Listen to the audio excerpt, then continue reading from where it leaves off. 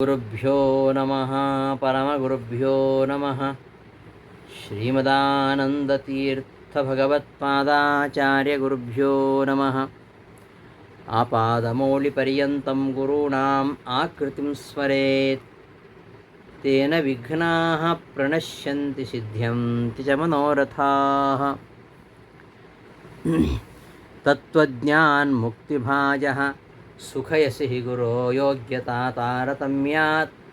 ಆಧತ್ಸೆ ಮಿಶ್ರಬುದ್ಧೀಂ ಸ್ಥಿತಿವ ನಿರಯಭೂಗೋಚರಾನ್ನಿತ್ಯಬದ್ಧಾನ್. ತಾಮಿಶ್ರಾಂದಾದಿಕಾಖ್ಯೇ ತಮಸಿ ಸುಬಹುಲಂ ದುಃಖಯಸ್ಯನ್ಯಥಾಜ್ಞಾನ್.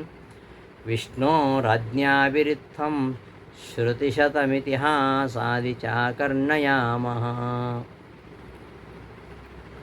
ಪರಮಾತ್ಮನನ್ನು ವಾಯುದೇವರನ್ನು ಕುರಿತು ಹೇಳ್ತಾ ಇದ್ದಾರೆ.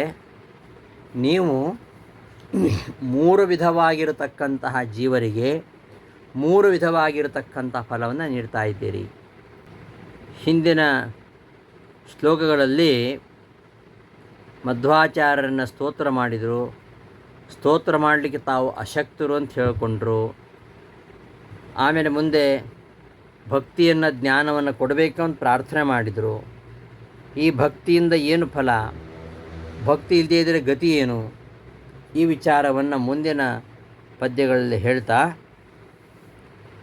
ಹಿಂದೆ ಎಲ್ಲ ಹೇಳ್ತಕ್ಕಂತಹ ವಿಚಾರವನ್ನು ವಿಕ್ಷಿಪ್ತವಾಗಿ ಹೇಳಿದ್ದನ್ನು ಇಲ್ಲಿ ಸಂಗ್ರಹ ರೂಪವಾಗಿ ಒಂದೇ ಶ್ಲೋಕದಲ್ಲಿ ಉಪಸಂಹಾರ ಮಾಡ್ತಾ ಇದ್ದಾರೆ.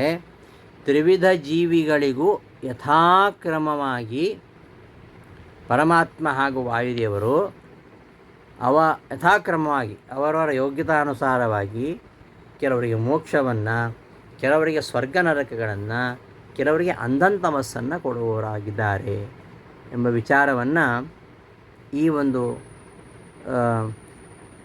ಪದ್ಯದಲ್ಲಿ ಹೇಳ್ತಾ ಇದ್ದಾರೆ. ಅಂತಹ ತ್ರಿವಿಧ ಜೀವಿಗಳಿಗೆ ಗತಿಯನ್ನು ಕೊಡ್ತಕ್ಕಂಥವ್ರು, ಗತಿಯನ್ನು ಕಲ್ಪಿಸ್ತಕ್ಕಂಥವರು ನೀವೇ ಅಂತ ಗುರೋ ಸಂಬೋಧನೆ ಮಾಡ್ತಾ ಇದ್ದಾರೆ. ಗುರೋ ಅಂದರೆ ಲೋಕಗುರುಗಳು, ಲೋಕಗುರುವಾಗಿರತಕ್ಕಂತಹ ಪರಮಾತ್ಮನೇ ಅಂತ ಅರ್ಥ. ವಿಷ್ಣೋ ಆಜ್ಞಾಭಿಃ ತತ್ವಜ್ಞಾನ್ ಮುಕ್ತಿಭಾಜಃ ಯೋಗ್ಯತಾ ತಾರತಮ್ಯಾತ್ ಸುಬಹುಳಂ ಸುಖಯಸಿ ಮಿಶ್ರಬುದ್ಧೀನ್ ನಿತ್ಯಬದ್ಧಾನ್ ಯೋಗ್ಯತಾ ತಾರತಮ್ಯಾತ್ ತ್ರಿದಿವ ನಿರಯ ಭೂಗೋಚರಾನ್ ಆಧತ್ಸೆ ಅನ್ಯಥಾಜ್ಞಾನ್ ತಾಮಿಶ್ರ ಅಂಧಾದಿಕಾಖ್ಯೆ ತಮಸಿ ಯೋಗ್ಯತಾ ತಾರತಮ್ಯಾತ್ ಸುಬಹುಳಂ ದುಃಖಯಸಿ. ಮೂರು ರೀತಿಯಾಗಿರತಕ್ಕಂತಹ ಒಂದು ತತ್ವಜ್ಞಾನ್ ವಿಷ್ಣೋ ಆಜ್ಞಾಭಿಃ ಯೋಗ್ಯತಾ ತಾರತಮ್ಯ ಸುಖಯಸಿ. ಯೋಗ್ಯತೆ ಹಾಗೂ ತಾರತಮ್ಯ ಇದಕ್ಕನುಗುಣವಾಗಿ ಕೆಲವರಿಗೆ ಸುಖವನ್ನುಂಟು ಮಾಡ್ತೀಯಾ. ಇನ್ನು ಮಿಶ್ರ ಬುದ್ಧಿಯವರನ್ನು ಪರಮಾತ್ಮನ ಆಜ್ಞೆಯಂತೆ ನಿತ್ಯ ಬದ್ಧರನ್ನಾಗಿ ಮಾಡ್ತೀಯಾ. ಇನ್ನು ಅನ್ಯಥಾ ಜ್ಞಾನ್, ವಿಷ್ಣು ವಿಷಯದಲ್ಲಿ ಅನ್ಯಥಾ ಜ್ಞಾನ ಇರತಕ್ಕಂಥವರು, ಅಂಥವರನ್ನು ವಿಷ್ಣುವಿನ ಆಜ್ಞೆಯಂತೆ ನೀನು ತಮಸ್ಸಿನಲ್ಲಿ ಬೀಳಿಸ್ತೀಯ. ಹೀಗೆ ಶ್ರುತಿಶತ ಇತಿಹಾಸಾದಿ ಚಾಕರ್ಣಯಾಮಃ, ಹೀಗೆ ನೂರಾರು ಶ್ರುತಿಗಳಲ್ಲಿ ಇತಿಹಾಸದಲ್ಲಿ ನಾವು ಕೇಳ್ತಾ ಇದ್ದೇವೆ ಅಂತ ಹೇಳ್ತಿದ್ದಾರೆ. ಅರ್ಥ ನೋಡೋಣ. ಗುರೋ ಲೋಕಗುರುವಾಗಿರತಕ್ಕಂತಹ ಶ್ರೀಹರಿಯೇ, ವಿಷ್ಣು ವ್ಯಾಪಕನಾದ ನಿನ್ನ, ಆಜ್ಞಾಭಿಹಿ ಆಜ್ಞಾರೂಪವಾಗಿರತಕ್ಕಂತಹ ಸ್ಮೃತಿಗಳಿಂದ ತತ್ವಜ್ಞರು ತತ್ವವನ್ನು ತಿಳಿದವರು, ತತ್ವವನ್ನು ಯಥಾರ್ಥವಾಗಿ ತಿಳಿದವರು ಅಂಥವರನ್ನು ಮುಕ್ತಿಭಾಜ ಮುಕ್ತರನ್ನಾಗಿ ಮಾಡಿ ಯೋಗ್ಯತಾ ತಾರತಮ್ಯ ಅವರ ಸ್ವರೂಪ ಯೋಗ್ಯತೆಯ ತಾರತಮ್ಯಕ್ಕೆ ಅನುಗುಣವಾಗಿ ಸುಬಹುಳಂ ಬಹಳವಾಗಿ ಸುಖಯಸಿ ಅವರಿಗೆ ಸುಖಪಡಿಸ್ತೀಯ. ಇನ್ನು ಮಿಶ್ರ ಬುದ್ಧಿಯವರಿದ್ದಾರೆ. ಮಿಶ್ರ ಬುದ್ಧೀನ್ ಯಥಾರ್ಥ ಅಯಥಾರ್ಥ ಇವುಗಳನ್ನು ಮಿಶ್ರವಾಗಿ ತಿಳಿದುಕೊಂಡವರು.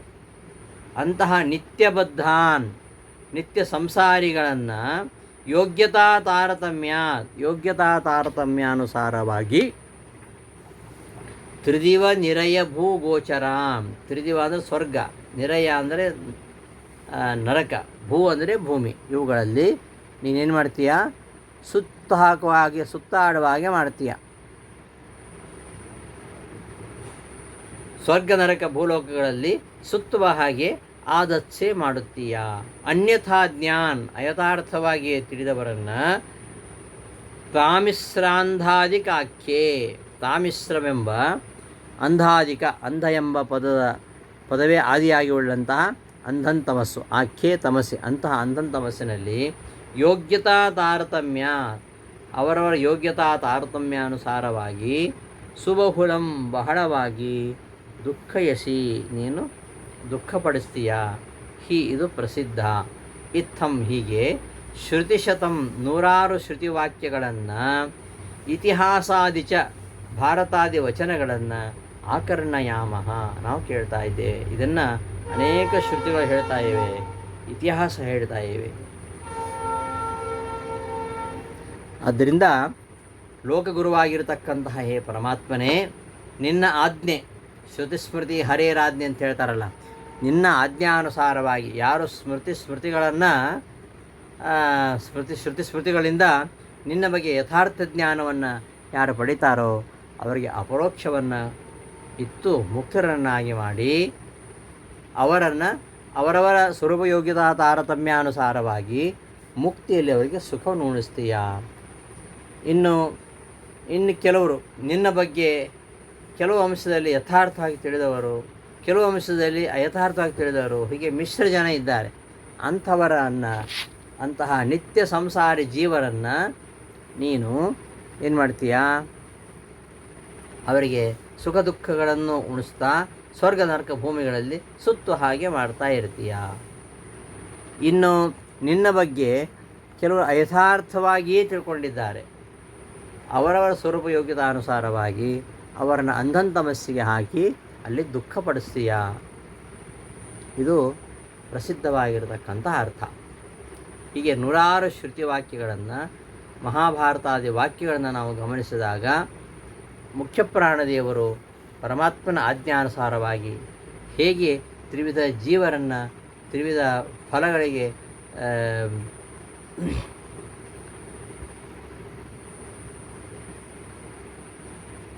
ತ್ರಿವಿಧ ಫಲಗಳನ್ನು ಅನುಭವಿಸುವಂತೆ ಮಾಡ್ತಾರೆ ಎಂಬ ವಿಚಾರದಲ್ಲಿ ಸಾಕಷ್ಟು ಪ್ರಮಾಣಗಳಿವೆ. ಹೀಗೆ ಹರಿಪರವಾದ ಅರ್ಥ ಒಂದಾದರೆ ವಾಯುಪರವಾಗಿರ್ತಕ್ಕಂತಹ ಅರ್ಥ, ಹೇ ಗುರೋ, ಲೋಕಗುರುವಾಗಿರ್ತಕ್ಕಂತಹ ವಾಯುದೇವನೇ, ವಿಷ್ಣುವಿನ ಆಜ್ಞಾನುಸಾರವಾಗಿ ತತ್ವಜ್ಞಾನ ಯಥಾರ್ಥ ಜ್ಞಾನಿಗಳನ್ನು ಮುಕ್ತರನ್ನಾಗಿ ಮಾಡ್ತೀಯ. ಪರಮಾತ್ಮ ಅಪ್ಪಣೆ ಮಾಡಿದ್ದಾನೆ ನಿಮಗೆ. ಆ ಪರಮಾತ್ಮನ ಆಜ್ಞೆಯಂತೆ ನೀವು ಈ ಭರತಖಂಡದಲ್ಲಿ ಮಧ್ವಾಚಾರ್ಯರಾಗಿ ಅವತಾರ ಮಾಡಿ ಆ ಪರಮಾತ್ಮನ ಆಜ್ಞಾನುಸಾರವಾಗಿ ಯಥಾರ್ಥ ಜ್ಞಾನಿಗಳನ್ನು ಅವರಿಗೆ ಯಥಾರ್ಥ ಜ್ಞಾನವನ್ನು ಉಪದೇಶ ಮಾಡುವ ಮೂಲಕವಾಗಿ ಅವರನ್ನು ಮುಕ್ತರನ್ನಾಗಿ ಮಾಡಿ ಯೋಗ್ಯತಾ ತಾರತಮ್ಯಾನುಸಾರವಾಗಿ ಸುಬಹುಳಂ ಬಹಳವಾಗಿ ಸುಖಪಡಿಸ್ತಾ ಇದೆಯಾ. ಮಿಶ್ರವಾದ ಬುದ್ಧಿ ಉಳ್ಳವರನ್ನು ಯಥಾರ್ಥ ಅಯಥಾರ್ಥ ಎರಡೂ ಗೊತ್ತಿದೆ ಅಂಥವರನ್ನು ನೀನು ಈ ನಿತ್ಯ ಸಂಸಾರಿಗಳು ಅಂತಾರೆ. ಅವರವರ ಯೋಗ್ಯತಾನುಸಾರವಾಗಿ ಅವರಿಗೆ ಸ್ವರ್ಗ ನರಕ ಮತ್ತು ಭೂಮಿ ಇವುಗಳಲ್ಲಿ ಸುತ್ತುವ ಹಾಗೆ ನೀನು ಮಾಡ್ತೀಯ. ಅಷ್ಟು ಮಾತ್ರ ಅಲ್ಲ, ಅನ್ಯಥಾ ಜ್ಞಾನ್, ಯಾರಿಗೆ ಅಯಥಾರ್ಥ ಜ್ಞಾನ ಇದೆಯೋ ಅವರನ್ನು ತಾಮಿಶ್ರಾಂಧಾಧಿಕಾಖ್ಯೆ, ಅವರನ್ನು ಅಂಧಂತಮಸ್ಸು, ಆಖ್ಯೆ, ಅಂಧಾದಿಕೆ ಆಖ್ಯೆ, ಅಂಧ ಎಂಬ ಪದ ಆದಿಯಲ್ಲಿ ಉಳ್ಳಂತಹ ಹೆಸರು ಅಂದರೆ ಅಂಧಂತಮಸ್ಸು, ಅಂಧತಾಮಿಶ್ರ. ಅದರಲ್ಲಿ ಯೋಗ್ಯತಾ ತಾರತಮ್ಯ, ಅವರವರ ಯೋಗ್ಯತಾನುಸಾರವಾಗಿ ದುಃಖಯಸಿ ನೀನು ದುಃಖಪಡಿಸ್ತಾ ಇದ್ದೀಯಾ ಅಂತ ಇದು ಪ್ರಸಿದ್ಧ. ಇದನ್ನು ನಾವು ಇತ್ತಂ ಹೀಗೆ ನೂರಾರು ಶ್ರುತಿಗಳು ಹೇಳ್ತಾ ಇವೆ. ಅಂತಹ ಶ್ರುತಿಗಳನ್ನು ನಾವು ಇತಿಹಾಸಾದಿ ಅಂದರೆ ಮಹಾಭಾರತಾದಿ ವಚನಗಳನ್ನು ಆಕರ್ಣಯಾಮಃ ಕೇಳ್ತಾ ಇದ್ದೇವೆ. ವೇದಗಳನ್ನು, ಮಹಾಭಾರತವನ್ನು, ಪುರಾಣಗಳನ್ನು ಕಂಡಾಗ ಈ ರೀತಿ ನೀವು ಮಾಡ್ತಾ ಇರೋದನ್ನು ನಾವು ಕಾಣ್ತೀವಿ ಅಂತ ಈ ಶ್ಲೋಕದ ಅಭಿಪ್ರಾಯ. ಈ ತತ್ವಜ್ಞಾನ ಮುಕ್ತಿಭಾಜ ತತ್ವ ಅಂದ್ರೇನು? ಪರತತ್ವ. ತತ್ವದ ಬಗ್ಗೆ ಒಂದು 4 ಮಾತು ಹೇಳಬೇಕಾಗಿದೆ. ಈಗ ತತ್ವ ಸಂಖ್ಯಾನ ಇದೆ, ತತ್ವ ವಿವೇಕ ಇದೆ, ತತ್ವ ಬಗ್ಗೆ ಸಾಕಷ್ಟು ಬರೆದಿದ್ದಾರೆ. ಆ ಅತ್ಯಂತ ಮುಖ್ಯವಾಗಿರುವಂಥದ್ದು ತತ್ವ ಸಂಖ್ಯಾನದಲ್ಲಿ ಹೇಳ್ತಾರೆ. ಏನು ಹೇಳ್ತಾರೆ? ತತ್ವಂ ಅನಾರೋಪಿತಂ ಪ್ರಮಿತಿ ವಿಷಯ ಇತಿ ಯಾವತ್. ಅನಾರೋಪಿತಂ ತತ್ವಂ. ತತ್ವ ಅಂದರೆ ಅನಾರೋಪಿತ, ಅಂದರೆ ಯಥಾರ್ಥವಾದ ಶುದ್ಧ ತಿಳುವಳಿಕೆ, ಇದನ್ನು ತತ್ವ ಅಂತ ಹೇಳೋದು. ಆ ಯಥಾರ್ಥವಾದ ಶುದ್ಧ ತಿಳುವಳಿಕೆಯನ್ನೇ ತತ್ವಜ್ಞಾನ ಅಂತ ಹೇಳೋದು. ಈ ತತ್ವ ಯಾವುದು? ಮಧ್ವಾಚಾರ್ಯ ಹೇಳ್ತಾರೆ, ಸ್ವತಂತ್ರಂ ಅಸ್ವತಂತ್ರಂಚ ದ್ವಿವಿಧಂ ತತ್ವಮಿಷ್ಯತೆ ಸ್ವತಂತ್ರೋ ಭಗವಾನ್ ವಿಷ್ಣು. ತತ್ವ ಅದು ಸ್ವತಂತ್ರ ಅಸ್ವತಂತ್ರ ಅಂತ 2 ವಿಧ. ಆ ಸ್ವತಂತ್ರ ತತ್ವ ಪರಮಾತ್ಮ ಒಬ್ಬನೇ, ಅದರೆಲ್ಲ ಅಸ್ವತಂತ್ರ ತತ್ವ ಎಂಬುದಾಗಿ ತತ್ವ ಸಂಖ್ಯಾನದಲ್ಲಿ ವಿಭಾಗವನ್ನು ಮಾಡಿದ್ದಾರೆ. ಇಂತಹ ತತ್ವಗಳನ್ನು ಸರಿಯಾಗಿ ತಿಳ್ಕೊಳ್ಬೇಕು. ಸರಿಯಾಗಿ ತಿಳ್ಕೊಂಡು ತತ್ವಜ್ಞಾನವನ್ನು ಗಳಿಸಬೇಕು. ಇನ್ನು ಜೀವರಾಶಿಗಳು ಎಷ್ಟಿವೆ? ತತ್ವಜ್ಞಾನ ಮುಕ್ತಿಭಾಜ ಸುಖಯಸಿ ಹಿಗುರೋ ಯೋಗ್ಯತಾ ತಾರತಮ್ಯಾನ್. ಎಷ್ಟು ಜನರನ್ನು ನೀವು ಹೀಗೆ ಮಾಡ್ತೀಯ ಅಂದರೆ ಜೀವರಾಶಿಗಳು ಅನಂತ ಇವೆ. ಅನಂತ ಜೀವರಾಶಿಗಳು. ಆ ಎಲ್ಲ ಜೀವರಾಶಿಗಳು ಅವುಗಳಿಗೆ ಅವರವರ ಯೋಗ್ಯತಾನುಸಾರವಾಗಿ, ಅವರವರ ಪ್ರಾರಬ್ಧ, ಅವರವರ ಕರ್ಮಾನುಸಾರವಾಗಿ ಅವರಿಂದ ಈ ಕರ್ಮಗಳನ್ನು ಮಾಡಿಸಿ ಸಾಧನ ಪೂರ್ತಿ ಮಾಡಿಕೊಂಡು ತಮ್ಮ ತಮ್ಮ ಸಾಧನೆಗಳಿಗೆ ತಕ್ಕಂತೆ ಅವರು ತಮ್ಮ ತಮ್ಮ ಗತಿಯನ್ನು ಹೊಂತಾರೆ. ಈ ಥರ ಮಾಡಲಿಕ್ಕೆ ನೀವೇ ಕಾರಣ ಅಂತ.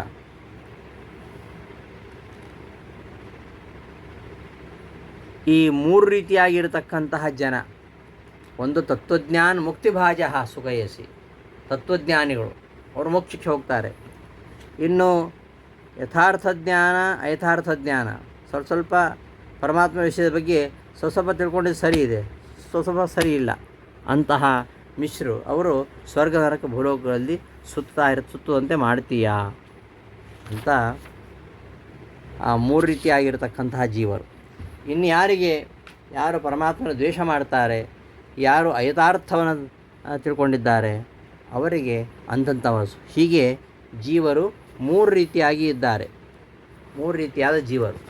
ತ್ರಿವಿಧ ಜೀವಸಂಗಾಸ್ತು ದೇವಮಾನುಷ ದಾನವಾಹ ತತ್ರ ದೇವಾಹ ಮುಕ್ತಿಯೋಗ್ಯಾಹ ಮಾನುಷೋತ್ತಮಾಸ್ತು ತಥಾ ಮಧ್ಯಮ ಮಾನುಷಾಯೇತು ಸ್ಮೃತಿಯೋಗ್ಯಾ ಸದೈವಹಿ ಅಧಮಾ ನಿರ್ಯಾಯೇವ ದಾನವಾಸ್ತು ತಮೋಲಯಾಹ ಎಂಬುದಾಗಿ ಆತ್ಮನಿರ್ಣಯದಲ್ಲಿ ಆಚಾರ್ಯ ಹೇಳ್ತಾರೆ. ದೇವತೆಗಳು, ಮನುಷ್ಯರು ಹಾಗೂ ದಾನವರು ಅಂತ ಜೀವರಾಶಿಗಳು 3 ವಿಧ. ಮನುಷ್ಯರಲ್ಲಿ ಕೂಡ ಉತ್ತಮರು, ಮಧ್ಯಮರು, ಅಧಮರು ಅಂತಿದ್ದಾರೆ. ಈ 3ರ ಪೈಕಿ ದೇವತೆಗಳು, ಮನುಷ್ಯೋತ್ತಮರು ಇವರೆಲ್ಲ ಮುಕ್ತಿಯೋಗಿ ಅಂತ ಅನಿಸ್ಕೊಂಡಿದ್ದಾರೆ. ಇನ್ನು ಮನುಷ್ಯರಲ್ಲಿ ಮಧ್ಯಮ ವರ್ಗಕ್ಕೆ ಸೇರಿದವರು ಅವರು ನಿತ್ಯ ಸಂಸಾರದಲ್ಲಿ ಬಿದ್ದು ತೊಳಾಡ್ತಾ ಇರ್ತಾರೆ. ಅವರನ್ನು ನಿತ್ಯ ಸಂಸಾರಿ ಎಂದು ಕರೀತಾರೆ. ಕೊನೆಯದಾಗಿ ದಾನವರು, ಮನುಷ್ಯಾಧಮರು, ಅವರು ತಮೋಯೋಗ್ಯರು ಅನಿಸ್ಕೊಂಡಿದ್ದಾರೆ. ಅವರಿಗೆ ನಿತ್ಯ ನರಕವೇ ಗತಿ. ಹೀಗೆ ಮಾನುಷೇಷು ಅಧಮಾಃ ಕಿಂಚಿತ್ ದ್ವೇಷಯುಕ್ತ ಸದಾಹರೌ ದುಃಖ ನಿಷ್ಠಾ ಸದಸ್ತೇಪಿ ನಿತ್ಯಮೇವ ನ ಸಂಶಯಃ ಮಧ್ಯಮಾಃ ಮಿಶ್ರಭೂತತ್ವಾತ್ ನಿತ್ಯಂ ಮಿಶ್ರಫಲಾಸ್ಮೃತಾಃ ಕಿಂಚಿದ್ ಭಕ್ತಿಯುತಾ ನಿತ್ಯಂ ಉತ್ತಮಾಸ್ತೇನ ಮೋಕ್ಷಿಣಃ. ಹೀಗೆ ಉತ್ತಮರು, ಮಧ್ಯಮರು ಮತ್ತು ಅಧಮರು ಮೂರು ರೀತಿಯ ಜೀವ ಸಂಘವನ್ನು ಇಲ್ಲಿ ದೇವತೆಗಳು, ಮಾನುಷೋತ್ತಮರು, ದಾನವರು ಎಂಬುದಾಗಿ ವಿಭಾಗ ಮಾಡಿದ್ದಾರೆ. ಗೀತಾ ತಾತ್ಪರ್ಯದಲ್ಲೂ ಕೂಡ ಸ್ವಭಾವತ ಸ್ಥಿರತಾ ಜೀವಾ ಉತ್ತಮಾಧಮ ಮಧ್ಯಮಾ ಉತ್ತಮಾಸ್ತತ್ರ ದೇವಾಧ್ಯ ಮರ್ತ್ಯ ಮಧ್ಯಾಸ್ತು ಮಧ್ಯಮಾ ಎಂಬುದಾಗಿ ಜೀವರ ತ್ರೈವಿಧ್ಯವನ್ನು ನಿರೂಪಣೆ ಮಾಡಿದ್ದಾರೆ. ಉತ್ತಮರು, ಮಧ್ಯಮರು, ಅಧಮರು ಅಂತ. ದೇವತೆಗಳು, ಮನುಷ್ಯೋತ್ತಮರು ಉತ್ತಮ ವರ್ಗಕ್ಕೆ ಸೇರಿದವರು, ಮನುಷ್ಯರ ಪೈಕಿ ಮಧ್ಯಮ ಸ್ವಭಾವದವರು ಮಧ್ಯಮ ವರ್ಗಕ್ಕೆ ಸೇರಿದವರು, ಇನ್ನು ಅಸುರರು, ಮನುಷ್ಯಾಧಮರು ಅವರು ಅಧಮ ವರ್ಗಕ್ಕೆ ಸೇರ್ತಾರೆ ಅಂತ ಅಲ್ಲಿ ಗೀತಾ ತಾತ್ಪರ್ಯದಲ್ಲಿ ಆಚಾರ್ಯರು ನಿರೂಪಣೆ ಮಾಡಿದ್ದಾರೆ. ಹೀಗೆ ಮೂರು ರೀತಿಯಾಗಿರತಕ್ಕಂತಹ ಜೀವರು, ತ್ರೈವಿಧ್ಯರು, ಉತ್ತಮರು, ಮಧ್ಯಮರು, ಅಧಮರು, ಸಾತ್ವಿಕರು, ರಾಜಸರು, ತಾಮಸರು, ಈ ರೀತಿಯ ಜೀವರು ಇದ್ದಾರೆ ಎಂಬುದನ್ನು ಭಗವದ್ಗೀತೆ ನಿರೂಪಣೆ ಮಾಡುತ್ತೆ, ಭಾಗವತ ನಿರೂಪಣೆ ಮಾಡುತ್ತೆ, ಶ್ರೀಮದಾಚಾರ್ಯರು ಕೂಡ ತಮ್ಮ ಗ್ರಂಥಗಳಲ್ಲಿ ಹೇಳಿದ್ದಾರೆ. ಈ ತ್ರೈವಿಧ್ಯ ಅನ್ನೋದು ಉಂಟಾ? ನಿಜವಾಗಿಯೂ ಮೂರು ರೀತಿ ಜನ ಇದ್ದಾರೆ. ನಮಗೆಲ್ಲ ಒಂದೇ ಥರ ಕಾಣ್ತಾರೆ. ಮೂರು ರೀತಿಯಾಗಿರತಕ್ಕಂತಹ ಜನ ಇದ್ದಾರಾ?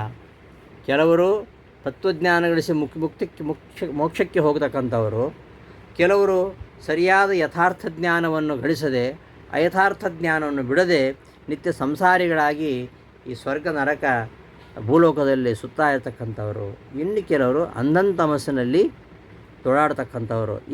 ಈ ರೀತಿಯ ಒಂದು ತ್ರೈವಿಧ್ಯ ಇದೆಯಾ? ಈ ಥರ ಮೂರು ರೀತಿಯಾಗಿ ಇದ್ದಾರಾ? ಅವರ ಆ ಗುಣಗಳು ಸಹಜವಾಗಿ ಅವರವರಿಂದ ಆಯಾ ಸಾಧನೆಗಳನ್ನು ಮಾಡಿಸ್ತೀವಿ ಅಂತ ಶಾಸ್ತ್ರ ಹೇಳ್ತಾ ಇದೆ. ಇದು ಸತ್ಯ ಮಾತ್ರ ಅಲ್ಲ, ಇದು ಪ್ರತ್ಯಕ್ಷ ಪ್ರಮಾಣವೂ ಆಗಿದೆ.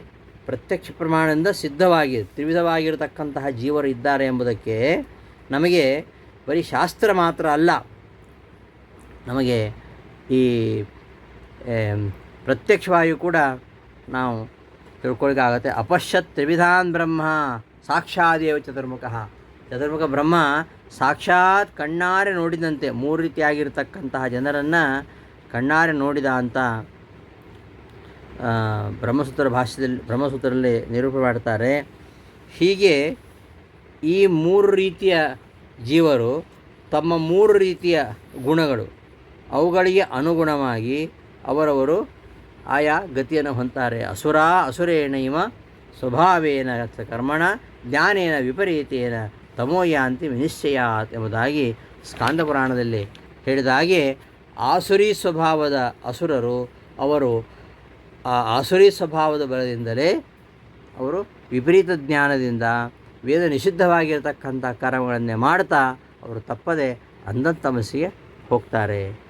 ಹೀಗೆ ಮೂರು ರೀತಿಯ ಜನರನ್ನು ಪರಮಾತ್ಮ ಹಾಗೂ ವಾಯುದೇವರು ಹೇಗೆ ಅವರವರ ಯೋಗ್ಯತಾನುಸಾರವಾಗಿ ಅವರಿಗೆ ಆ ಗತಿಯನ್ನು ಕೊಡ್ತಾರೆ ಎಂಬುದನ್ನು ಇಲ್ಲಿ ತಿರುಕೊಂಡದಾಚಾರ್ಯರು ಈ ಪದ್ಯದಲ್ಲಿ ನಿರೂಪಣೆ ಮಾಡ್ತಾ ಇದ್ದಾರೆ.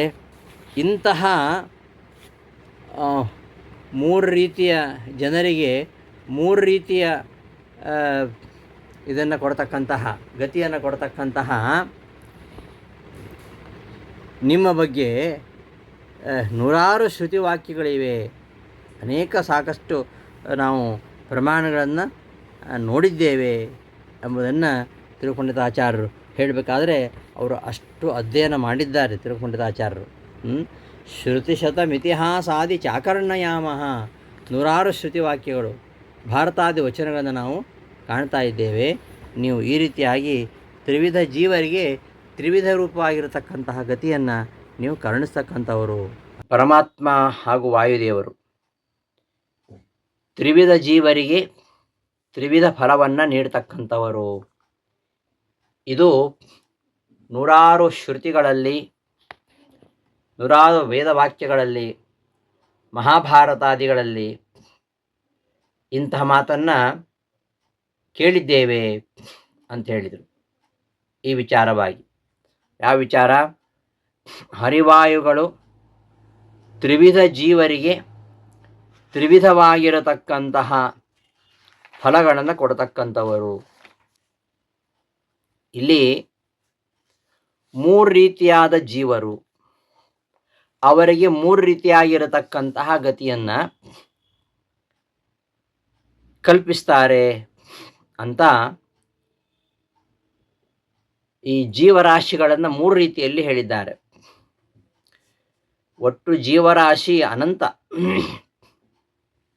ಅನಾಗತಾಸ್ ಅತೀತಾಶ್ಚ ಯಾವಂತಹ ಸಹಿತಾಃ ಕ್ಷಣಾಃ ಅತೀತ ಅನಾಗತಾಶ್ಚೈವ ಯಾವಂತಹ ಪರಮಾಣವಃ ತತೋಪ್ಯನಂತಗುಣಿತಾ ಜೀವಾನಾಂ ರಾಶಿಯ ಸ್ಮೃತಾಃ ಎಂಬುದಾಗಿ ಹೇಳ್ತಾರೆ. ಈ ಕಳೆದು ಹೋಗಿರತಕ್ಕಂತಹ ಮತ್ತು ಮುಂದೆ ಬರತಕ್ಕಂತಹ ಕ್ಷಣಗಳು ಅವು ಎಷ್ಟಿವೆ ಗೊತ್ತಿಲ್ಲ, ಅನಂತ.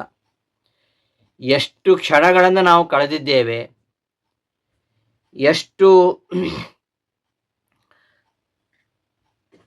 ಕಾಲವನ್ನು ನಾವು ಕಳೆದಿದ್ದೇವೆ, ಎಷ್ಟು ಸೆಕೆಂಡ್ ಕಳೆದಿದ್ದೇವೆ, ಎಷ್ಟು ನಿಮಿಷಗಳನ್ನು ಕಳೆದಿದ್ದೇವೆ ಗೊತ್ತಿಲ್ಲ. ಇನ್ನು ಮುಂದೆಯೂ ಕೂಡ ಬರತಕ್ಕಂತಹ ಕಾಲ ಅದು ಎಷ್ಟು ಗೊತ್ತಿಲ್ಲ. ಇನ್ನು ಎಷ್ಟು ಸೆಕೆಂಡ್ ಗೊತ್ತಿಲ್ಲ, ಎಷ್ಟು ನಿಮಿಷ ಗೊತ್ತಿಲ್ಲ, ಎಷ್ಟು ದಿನಗಳು ಗೊತ್ತಿಲ್ಲ. ಅತೀತ ಅನಾಗತಾಶ್ಚೈವ ಯಾವಂತಹ ಪರಮಾಣವಃ, ಹಿಂದೆ ಕಳೆದು ಹೋಗಿರತಕ್ಕಂತಹ ಮುಂದೆ ಬರಲಿಕ್ಕಿರ್ತಕ್ಕಂತಹ ಪರಮಾಣುಗಳನ್ನು ಹೇಗೆ ಎಣಿಸಲಿಕ್ಕೆ ಸಾಧ್ಯ ಇಲ್ಲವೋ, ಹೇಗೆ ಅವುಗಳ ಅನಂತವಾಗಿವೆಯೋ, ಹಾಗೆ ಜೀವರಾಶಿಗಳು ಕೂಡ ತತೋಪಿ ಅನಂತಗುಣಿತಾಃ ಜೀವಾನಾಂ ರಾಶಯ ಸ್ಮೃತಾಃ, ಅವುಗಳಿಗಿಂತಲೂ ಅನಂತವಾಗಿರುವಂಥದ್ದು, ಅನಂತವಾಗಿವೆ, ಅಪಾರವಾಗಿವೆ. ಹೀಗೆ ಅನಂತ ಕೋಟಿ ಕೋಟಿಯಾಗಿ ಬಿದ್ದಿರತಕ್ಕಂತಹ ಜೀವರಾಶಿಗಳು. ಇಂತಹ ಜೀವರಾಶಿಗಳಲ್ಲಿ ಒಂದೊಂದು ಬ್ರಹ್ಮಕಲ್ಪದಲ್ಲಿ ಈ ಬ್ರಹ್ಮದೇವರು ಆಳೋ ತನಕ ಸಂಸಾರದಲ್ಲಿ ಬಿದ್ದುಕೊಂಡು ನಾನಾ ರೀತಿಯ ಕರ್ಮಗಳನ್ನು ಮಾಡಿ ಸಾಧನ ಮಾಡಿಕೊಂಡು ತಮ್ಮ ತಮ್ಮ ಸಾಧನೆಗಳಿಗೆ ತಕ್ಕಂತೆ ತಮ್ಮ ತಮ್ಮ ಗತಿಯನ್ನು ಹೊಂದ್ತಾ ಇರ್ತಾರೆ. ಇದು ಈ ತತ್ವಜ್ಞಾನ ಮುಕ್ತಿಭಾಜ ಈ ಶ್ಲೋಕದ ಮುಖ್ಯ ವಿಚಾರ. 3 ರೀತಿಯಾಗಿರ್ತಕ್ಕಂತಹ ಜೀವರು, ಹೀಗೆ ಅನಂತ ಜೀವರು ಅವರವರ ಪ್ರಾರಬ್ಧ ಕರ್ಮಾನುಸಾರವಾಗಿ ಭೂಮಿಗೆ ಬಂದು ನಾನಾ ಸಾಧನೆಯನ್ನು ಮಾಡಿಕೊಂಡು ತಮ್ಮ ಸಾಧನೆಗೆ ತಕ್ಕಂತೆ ಗತಿ ಕಲ್ಪಿಸ್ಕೊಳ್ತಾ ಇರ್ತಾರೆ. ಆ ಗತಿಯನ್ನು ಹರಿವಾಯುಗಳು ತಂದು ಕೊಡ್ತಾರೆ. ಇಂತಹ ಜೀವರು 3 ರೀತಿಯಾಗಿದ್ದಾರೆ ಅಂತ ಹೇಳಿದರು. ಯಾಕೆ 3 ರೀತಿ? ಎಲ್ಲ ಒಂದೇ ರೀತಿಯಲ್ಲಿ ಪರಮಾತ್ಮ ಸೃಷ್ಟಿ ಮಾಡ್ಬೋದಲ್ವ? ಅಂದರೆ ಅವರವರ ಕರ್ಮಾನುಸಾರ ಅವರವರ ಸ್ವಭಾವ,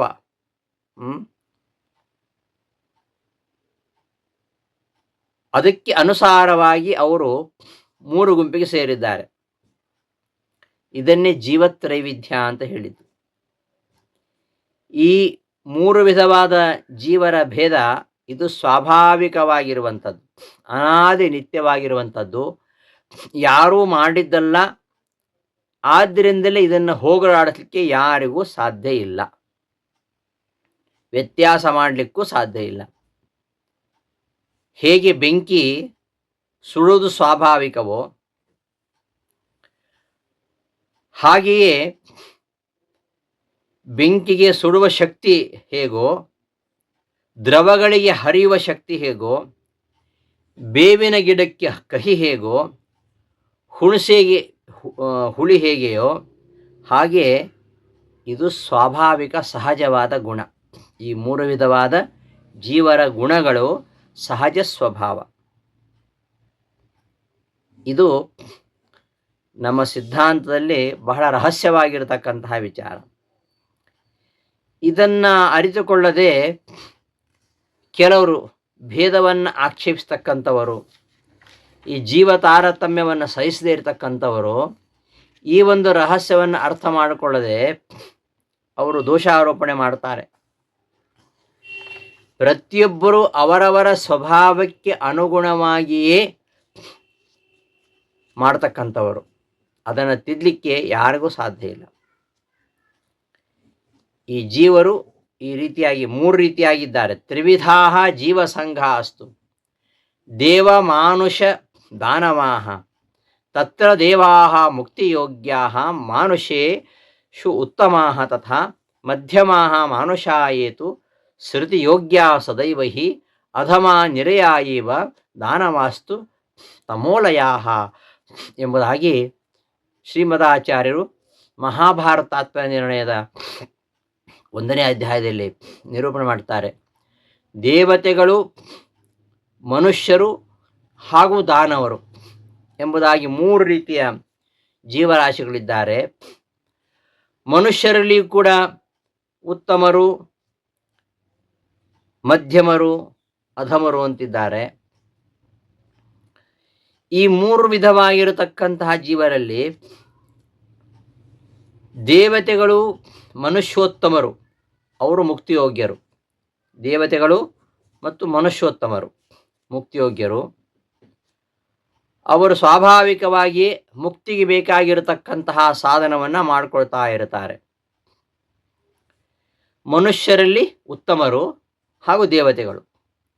ಇನ್ನು ಮನುಷ್ಯ ಮಧ್ಯಮರು, ಆ ಮಧ್ಯಮ ವರ್ಗಕ್ಕೆ ಸೇರಿದವರು. ಅವರು ನಿತ್ಯ ಸಂಸಾರದಲ್ಲೇ ಬಿದ್ದು ತೊಳಾಡ್ತಾ ಇರ್ತಾರೆ. ಅವರನ್ನು ನಿತ್ಯ ಸಂಸಾರಿಗಳು ಅಂತ ಹೇಳೋದು. ಯಾರು? ಮನುಷ್ಯರಲ್ಲಿ ಮಧ್ಯಮರು. ದೇವತೆಗಳು ಮನುಷ್ಯೋತ್ತಮರು, ಅವರು ಮುಕ್ತಿಯೋಗ್ಯರು. ಈ ಮಧ್ಯಮರು ಯಾರು ಅಂದರೆ ಅವರು ನಿತ್ಯ ಸಂಸಾರಿಗಳು. ಅವರು ಸಂಸಾರದಲ್ಲಿ ಮತ್ತೆ ಮತ್ತೆ ತೊಳಾಡ್ತಾ ಇರ್ತಾರೆ. ಇನ್ನು ಮನುಷ್ಯ ಅಧಮರು ಹಾಗೂ ದಾನವರು ಹಾಗೂ ಮನುಷ್ಯ ಅಧಮರು. ಇವರಿಗೆ ಹರಿಗುರುಗಳಲ್ಲಿ, ವಿಷ್ಣು ವೈಷ್ಣವರಲ್ಲಿ ದ್ವೇಷ ಇದೆ. ಆ ವಿಷ್ಣು ವೈಷ್ಣವರನ್ನು ದ್ವೇಷ ಮಾಡ್ತಾ, ಹರಿಗುರುಗಳನ್ನು ದ್ವೇಷ ಮಾಡ್ತಾ, ವೇದಗಳನ್ನು ನಿಂದನೆ ಮಾಡ್ತಾ ಅವರು ತಮೋಯೋಗ್ಯರನ್ನಿಸ್ಕೊಳ್ತಾರೆ. ಅವರಿಗೆ ಹಿಂದೆ ಹೇಳ್ತಕ್ಕಂತಹ ನಿತ್ಯ ನರಕ, ಅದೇ ಗತಿ ಅವರಿಗೆ.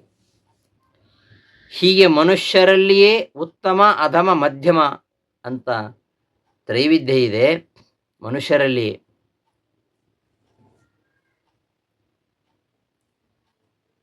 ದೇವತೆಗಳು, ಮನುಷ್ಯರು, ದಾನವ ಒಂದು ತ್ರೈವಿಧ್ಯ ಬೇರೆ.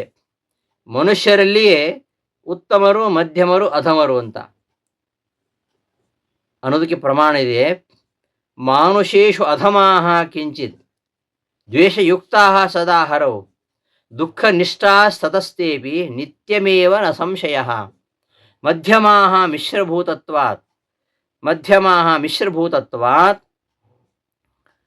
ನಿತ್ಯಂ ಮಿಶ್ರಫಲಾಹ ಸ್ಮೃತಾಹ ಕಿಂಚಿತ್ ಭಕ್ತಿಯುತಾಹ ನಿತ್ಯಂ ಉತ್ತಮಾಸ್ತೇನ ಮೋಕ್ಷಿಣಃ. ಇದು ತಾತ್ಪರ್ಯದಲ್ಲಿ ಬರ್ತಕ್ಕಂತಹ ಆಚಾರ್ಯ ಹೇಳ್ತಕ್ಕಂತಹ ಪ್ರಮಾಣ. ಮನುಷ್ಯರಲ್ಲಿಯೇ 3 ರೀತಿ ಇದ್ದಾರೆ.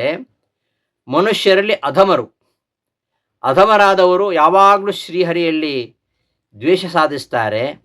ಅವರು ಯಾವತ್ತೂ ದುಃಖಭಾಗಿಗಳು. ದುಃಖ ನಿಷ್ಠಾಹ ತತಸ್ತೇಪಿ ನಿತ್ಯಮೇವ ನ ಸಂಶಯ. ಅವರು ಯಾವಾಗಲೂ ಶ್ರೀಹರಿಯಲ್ಲಿ ದ್ವೇಷವನ್ನು ಮಾಡ್ತಾರೆ. ಅವರು ನಿತ್ಯ ದುಃಖಭಾಗಿಗಳಾಗೇ ಇರ್ತಾರೆ. ಇದರಲ್ಲಿ ಯಾವ ಸಂದೇಹ ಇಲ್ಲ. ಮಧ್ಯಮಾಹ ಮಿಶ್ರಭೂತತ್ವಾತ್, ಮಧ್ಯಮರು ಅವರು ಮಿಶ್ರಭೂತರು. ಅಂದರೆ ಅವರಲ್ಲಿ ಆ ಕಡೆ ವಿಷ್ಣುವಿನಲ್ಲಿ ದ್ವೇಷವೂ ಇಲ್ಲ, ಈ ಕಡೆ ಭಕ್ತಿ ಇದೆ, ನಿಶ್ಚಲವಾದ ಭಕ್ತಿ ಇಲ್ಲ, ವಿಷ್ಣುನಲ್ಲಿ ದ್ವೇಷ ಇಲ್ಲ. ಒಂದು ರೀತಿ ಉದಾಸೀನರು. ಅವರು ಅಷ್ಟು ಸಾಧನೆ ಮಾಡಿಕೊಳ್ಳೋದಿಲ್ಲ, ಮಿಶ್ರ ಸಾಧನೆ ಮಾಡಿಕೊಳ್ತಾರೆ. ಹಾಗಾಗಿ ಅವರು ಸುಖವೂ ಉಂಟು, ದುಃಖವೂ ಉಂಟು. ದುಃಖ ಮಿಶ್ರಿತವಾಗಿರತಕ್ಕಂಥ ಸುಖ. ಆದ್ದರಿಂದ ಅವರನ್ನು ಮಧ್ಯಮರು ಅಂತ ಹೇಳ್ತಾರೆ. ಮಿಶ್ರ ಫಲಾಹ ಸ್ಮೃತಾಹ ಕಿಂಚಿತ್ ಭಕ್ತಿಯುತಾಹ. ಇನ್ನು ನಿತ್ಯಂ ಉತ್ತಮಾಸ್ತೇನ ಮೋಕ್ಷಿಣಃ, ಕಡೆಯದಾಗಿ ಮನುಷ್ಯೋತ್ತಮರು, ಅವರು ದೇವತೆಗಳಿಗಿಂತ ಸ್ವಲ್ಪ ಕಡಿಮೆ, ಸ್ವಲ್ಪ ಭಕ್ತಿ ಮಾಡ್ತಾರೆ, ದೇವತೆಗಳಿಗಿಂತ ಸ್ವಲ್ಪ ಕಡಿಮೆ ಅಂತಹ ಮಾನುಷೋತ್ತಮರು. ದೇವತೆಗಳ ಭಕ್ತಿಗೆ ಹೋಲಿಸಿದರೆ ಸ್ವಲ್ಪ ಕಡಿಮೆ ಭಕ್ತಿ, ಅವರು ಮಾನುಷೋತ್ತಮರು, ಇವರು ಮೋಕ್ಷಾಧಿಕಾರಿಗಳಾಗಿದ್ದಾರೆ. ಹೀಗೆ ಮನುಷ್ಯರಲ್ಲಿಯೂ ಮಾನುಷೋತ್ತಮರು, ಮಧ್ಯಮರು, ಅಧಮರು ಅಂತಿದೆ. ಗೀತಾ ತಾತ್ಪರ್ಯ ನಿರ್ಣಯದಲ್ಲೂ ಕೂಡ ಆಚಾರ್ಯರು ಉದಾಹರಿಸ್ತಾರೆ ವಾಕ್ಯಗಳನ್ನು. ಸ್ವಭಾವತಃ ಸ್ಥಿರಧಾ ಜೀವಾಃ ಉತ್ತಮಾಧಮ ಮಧ್ಯಮಾಃ ಉತ್ತಮಾಸ್ತತ್ರ ದೇವಾದ್ಯಾಃ ಮರ್ತ್ಯ ಮಧ್ಯಾಸ್ತು ಮಧ್ಯಮಾಃ ಅಧಮಾಃ ಅಸುರಾದ್ಯಾಶ್ಚ ನೈಷಾಂ ಅಸ್ತಿ ಅನ್ಯಥಾ ಭವಃ. ಯೇಷಾಂ ಅನ್ಯಥಾ ಭವಃ ನಾಸ್ತಿ ಅಂತ, ಇವರು ಚೇಂಜ್ ಆಗಲ್ಲ ಅಂತ ಇವರು ಅಧಮರು.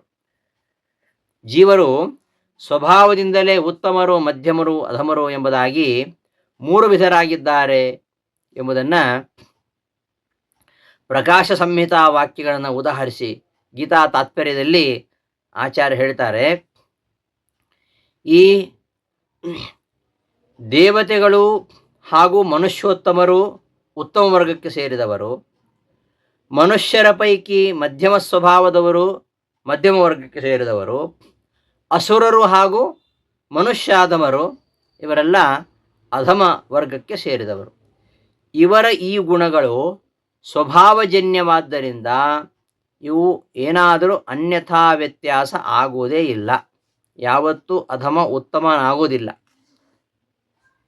ಮಂಜಿನಗಡ್ಡೆಗೆ ಯಾವತ್ತೂ ಸುಡುವ ಗುಣ ಬರುವುದಿಲ್ಲ ಅಲ್ವಾ?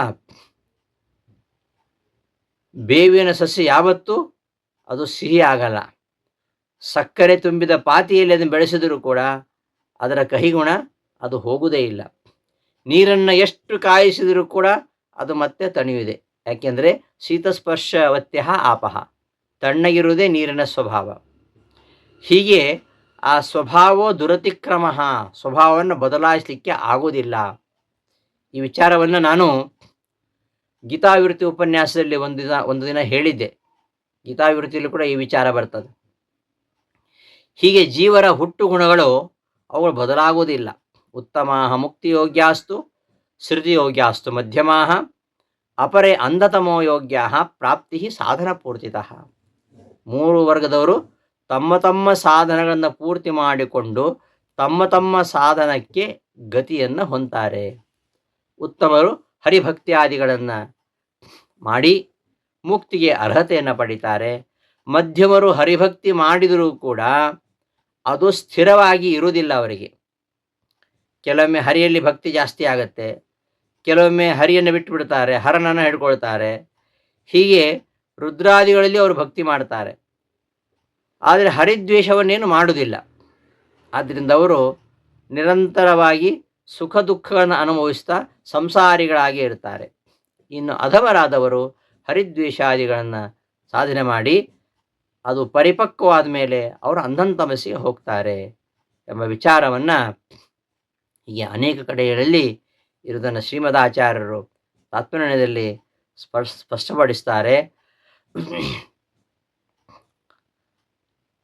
ಅತಃ ಅಧಮಾನಾಂ ಜೀವಾನಾಂ ಮಿಥ್ಯಾ ಜ್ಞಾನಾದಯೋಖಿಲಾಃ ಸ್ವಾಭಾವಿಕ ಗುಣಾಜ್ಞೇಯಃ ಮರ್ತ್ಯ ಮಧ್ಯೇಷು ಮಿಶ್ರಿತಾಃ ತತ್ವಜ್ಞಾನಂ ವಿಷ್ಣುಭಕ್ತಿರಿತ್ಯಾದ್ಯಾಃ ದೇವತಾದಿಷು ಕಾರ್ಯತೆ ಹ್ಯವಶಃಕರ್ಮ ಸರ್ವೈಃ ತೈಃ ಪ್ರಕೃತಿಜೈಃ ಗುಣೈಃ ಅಂತ ಹೇಳಿದ ಹಾಗೆ ಹರಿದ್ವೇಷ, ವೇದಾದಿಶಾಸ್ತ್ರದ ತಿರಸ್ಕಾರ ಬುದ್ಧಿ ಮೊದಲಾದ ಪ್ರವೃತ್ತಿಗಳೇನಿವೆ ಇವೆಲ್ಲ ಅಧಮರಿಗೆ ಸ್ವಾಭಾವಿಕವಾಗಿ ಇರುವಂತಹ ಗುಣಗಳು.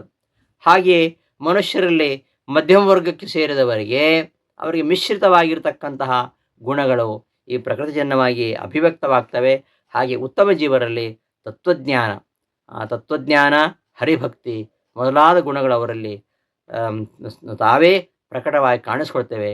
ಹೀಗೆ ತತ್ವಜ್ಞರನ್ನು ಮುಕ್ತಿಭಾಜರನ್ನಾಗಿ ಮಾಡ್ತಾರೆ, ಮಧ್ಯಮರನ್ನು ಮತ್ತೆ ಮತ್ತೆ ಸಂಸಾರಕ್ಕೆ ಬೀಳಿಸ್ತಾರೆ, ಅಧಮರನ್ನು ಅಂಧಂತಮಸ್ಸೆ ಕಳಿಸ್ತಾರೆ ಎಂಬ ವಿಚಾರವನ್ನು ಈ ಒಂದು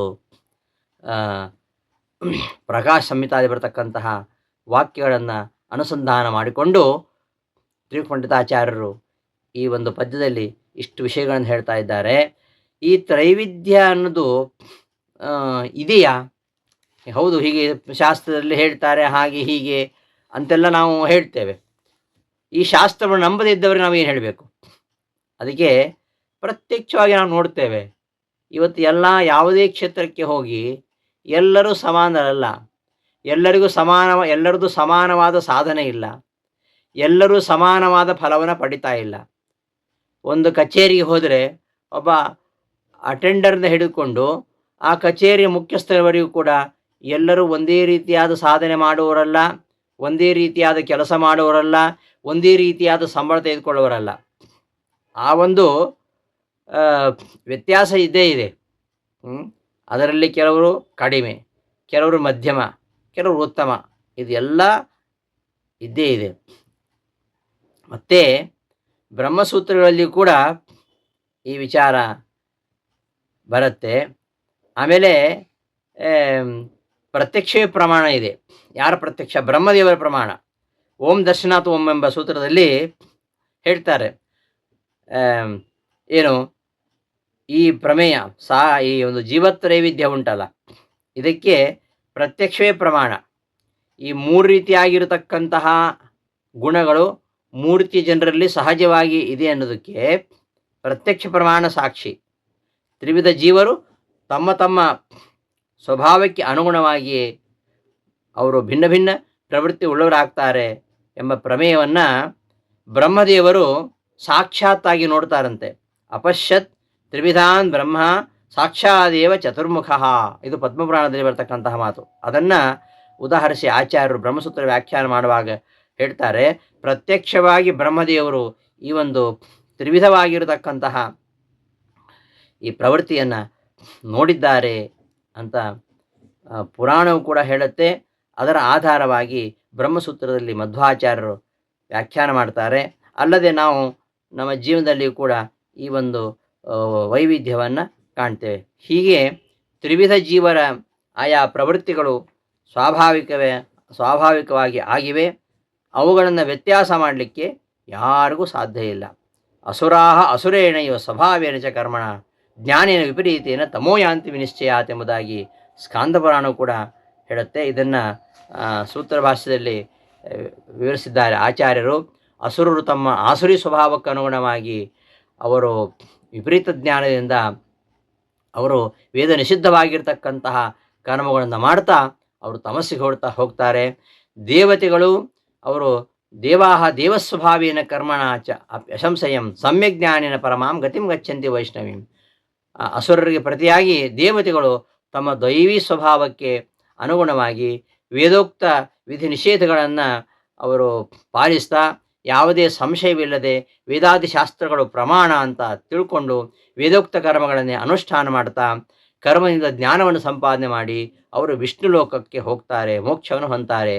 ನ ಅನಯೋ ಅನ್ಯಥಾಭಾವ ಕದಾಚಿತ್ ಕ್ವಾಪಿ ವಿದ್ಯತೆ. ಇವರ ಈ ಒಂದು ಎರಡು ಸ್ವಭಾವ, ಒಂದು ದೇವತೆಗಳ ಆ ಸ್ವಭಾವ, ಒಂದು ಅಸುರರ ಸ್ವಭಾವ, ಇವು ಯಾವತ್ತೂ ವ್ಯತ್ಯಾಸವಾಗುವುದಿಲ್ಲ ಅಂತ ಹೇಳ್ತಾ, ಮಾನುಷಾಃ ಮಿಶ್ರಮತಯಃ ವಿಮಿಶ್ರಗತಯೋಪಿ ಚ. ಮನುಷ್ಯರು ಚಂಚಲವಾದ ಬುದ್ಧಿಯುಳ್ಳವರಾದ್ದರಿಂದ ಅವರು ಮಧ್ಯಮ ವರ್ಗಕ್ಕೆ ಸೇರಿದ ಮನುಷ್ಯರು.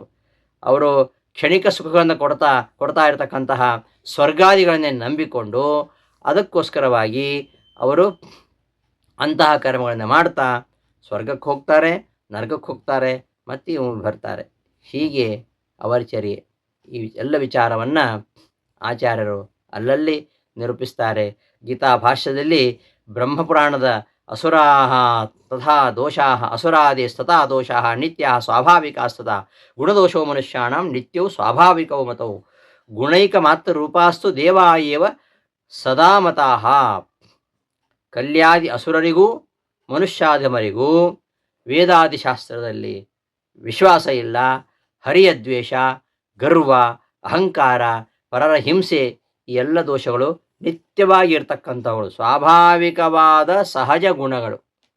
ಅವುಗಳನ್ನು ಬದಲಾಯಿಸಲಿಕ್ಕೆ ಯಾರಿಗೂ ಸಾಧ್ಯ ಇಲ್ಲ. ಆದ್ದರಿಂದ ಅಂತಹ ದುರ್ಗುಣಗಳು ಯಾವತ್ತೂ ನಾಶವಾಗುವುದಿಲ್ಲ. ಈ ರೀತಿಯಾಗಿ ಅವರ ಸ್ಥಿತಿ ಆದರೆ ಮಧ್ಯಮ ವರ್ಗಕ್ಕೆ ಸೇರಿದಂತಹ ಮನುಷ್ಯರಿಗೆ ಗುಣನೂ ಉಂಟು, ದೋಷನೂ ಉಂಟು. ಅದು ಸ್ವಾಭಾವಿಕ. ಗುಣದೋಷಗಳು ಎರಡೂ ಸ್ವಾಭಾವಿಕ. ಆದ್ದರಿಂದ ಅವರು ನಿತ್ಯ ಸಂಸಾರಿಗಳಾಗಿರ್ತಾರೆ. ಇನ್ನು ಉತ್ತಮ ಮನುಷ್ಯರು ಹಾಗೂ ದೇವತೆಗಳು ಅವರು ನಿತ್ಯ ಅವರು ಈ ಸಾಧನೆಯನ್ನು ಮಾಡಿಕೊಂಡು ಸಹಜ ಗುಣಗಳಾಗಿರತಕ್ಕಂತಹ ಜ್ಞಾನ ಭಕ್ತ್ಯಾದಿಗಳನ್ನು ಅವರು ಪ್ರಕಟಪಡಿಸಿಕೊಂಡು ತಾವು ಮಾಡಿದ ತಪ್ಪುಗಳನ್ನು ತಿದ್ದುಕೊಳ್ತಾ ಅವರು ಸಾಧನೆ ಮಾಡ್ತಾರೆ ಎಂಬ ವಿಚಾರವನ್ನು ಅನೇಕ ಪುರಾಣಗಳಲ್ಲಿ ಅನೇಕ ಗ್ರಂಥಗಳಲ್ಲಿ ಇರುವುದನ್ನು ಶ್ರೀಮದಾಚಾರ್ಯರು ತಮ್ಮ ಭಾಷ್ಯಗಳಲ್ಲಿ ನಿರೂಪಣೆ ಮಾಡಿದ್ದಾರೆ. ಹೀಗೆ ಜೀವತ್ರೈವಿಧ್ಯ ಅನ್ನೋದು ಇದಿಷ್ಟು ಪ್ರಮಾಣಬದ್ಧವಾಗಿರುವಂಥದ್ದು. ಇಂತಹ ಈ ಒಂದು ಸ್ಥಿತಿ ದೇವತೆಗಳಲ್ಲಿಯೂ ಕೂಡ ಅವರಿಗೂ ಸ್ವಲ್ಪ ಅಸುರಾವೇಶ ಇದೆ. ಅತ್ಯಲ್ಪಸ್ತು ಅಸುರಾವೇಶ ದೇವಾನಾಂಚ ಭವಿಷ್ಯತಿ. ಮುಖ್ಯ ಪ್ರಾಣದೇವರಿಗೆ ಮಾತ್ರ ಅಸುರಾವೇಶ ಇಲ್ಲ. ಮುಖ್ಯ ಪ್ರಾಣನ ಬಿಟ್ಟರೆ ಮಿಕ್ಕ ಎಲ್ಲ ದೇವತೆಗಳಿಗೂ ಸ್ವಲ್ಪ ಅಸುರಾವೇಶ ಇರುತ್ತೆ. ಮುಖ್ಯ ಪ್ರಾಣದೇವರು ಮಾತ್ರ ಅವರು ಅಖಣಾಶ್ಮ, ಕಲ್ಲು ಬಂಡೆ ಇದ್ದ ಹಾಗೆ. ಆ ಒಂದು ದೊಡ್ಡ ಬಂಡೆಗೆ ಯಾರೋ ತಲೆ ಕೊಟ್ಟರೆ ಅವರು ತಲೆ ಒಡೆದೋಗುತ್ತೆ ಹೊರತು ಅವ್ರಿಗೇನೂ ಆಗಲ್ಲ. ಹಾಗಾಗಿ ಅವ್ರಿಗೆ ಯಾವ ಅಸುರಾವೇಶ ಕೂಡ ಇಲ್ಲ. ದೇವತೆಗಳಲ್ಲಿ ಆಗಾಗ ಅಸುರ ಆವೇಶ ಆಗುವುದುಂಟು. ಅಸುರ ಆವೇಶ ಆದಾಗ ಸ್ವಲ್ಪ ಅವರಲ್ಲಿ ದೋಷಗಳು ಕಾಣ್ತದೆ. ಪ್ರಾಣದೇವರನ್ನು ಬಿಟ್ಟರೆ ಉಳಿದ ಎಲ್ಲ ದೇವತೆಗಳು ಕೂಡ ಅಸುರಾವೇಶ ಇದೆ ಎಂಬುದನ್ನು ಆಚಾರ್ಯರು ಭಾವತಾತ್ಪರ್ಯದಲ್ಲಿ ತೋರಿಸ್ತಾರೆ.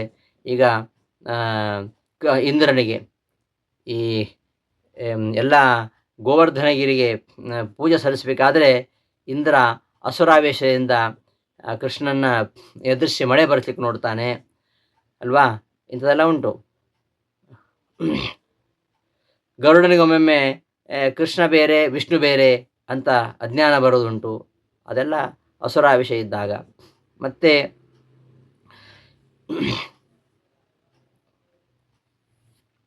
ಬಲರಾಮನಿಗೆ ಕೃಷ್ಣನ ಕಂಡಾಗ ಒಮ್ಮೊಮ್ಮೆ ತಿರಸ್ಕಾರ ಬುದ್ಧಿ ಬರ್ತಾ ಇತ್ತು, ಅದು ಅಸುರಾವೇಶ.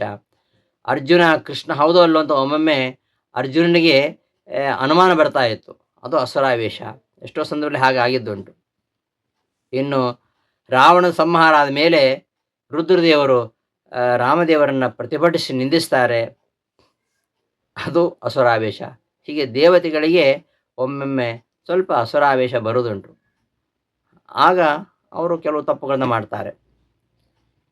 ಆದರೂ ಕೂಡ ಅವರು ತಮ್ಮ ತಪ್ಪನ್ನು ತಿದ್ದುಕೊಂಡು ಮುಕ್ತಿಯೋಗ್ಯವಾಗಿರ್ತಕ್ಕಂತಹ ಸಾಧನೆಯನ್ನು ಮಾಡಿ ಅವರು ಮುಕ್ತಿಗೆ ಹೋಗ್ತಾರೆ. ಅದನ್ನೇ ಈ ಎಲ್ಲ ವಿಚಾರಗಳನ್ನು ಈ ಈ ಪದ್ಯದಲ್ಲಿ ಹೇಳ್ತಾ, ಇಂತಹ ತ್ರಿವಿಧ ಜೀವರಿಗೆ ಆಯಾ ಗತಿಯನ್ನು ಪ್ರೇರಿಸುವವರು, ಆಯಾ ಪ್ರವೃತ್ತಿಗಳನ್ನು ಪ್ರೇರಿಸುವವರು, ಆಯಾ ಗತಿಯನ್ನು ಹೊಂದಿಸುವವರು ಅವರು ಯಾರು ಅಂದರೆ ಅದನ್ನು ಈ ಪದ್ಯದಲ್ಲಿ ಹೇಳಿದ್ದು ತತ್ವಜ್ಞಾನ ಮುಕ್ತಿಭಾಜ. ಇವರಿಬ್ಬರೇ ಶ್ರೀಹರಿವಾಯುಗಳು, ಇವರಿಬ್ಬರೇ ಎಲ್ಲ ಜೀವರನ್ನು ಪ್ರೇರಿಸ್ತಾರೆ ಮತ್ತು ಅವರವರು ಮಾಡಿದಂತಹ ಕಾರ್ಯಕ್ಕೆ ಅನುಗುಣವಾಗಿ ಅವರಿಗೆ ಆ ಗತಿಯನ್ನು ಕಲ್ಪಿಸ್ತಾರೆ. ಎಲ್ಲ ವಿಚಾರಗಳು ಇದರಲ್ಲಿ ಬರ್ತದೆ. ಅಲ್ಲ, ಅವರ ಸ್ವಭಾವಕ್ಕೆ ಅನುಗುಣವಾಗಿ ಆ ಗತಿಯನ್ನು ಹೊಂತಾರಲ್ವಾ.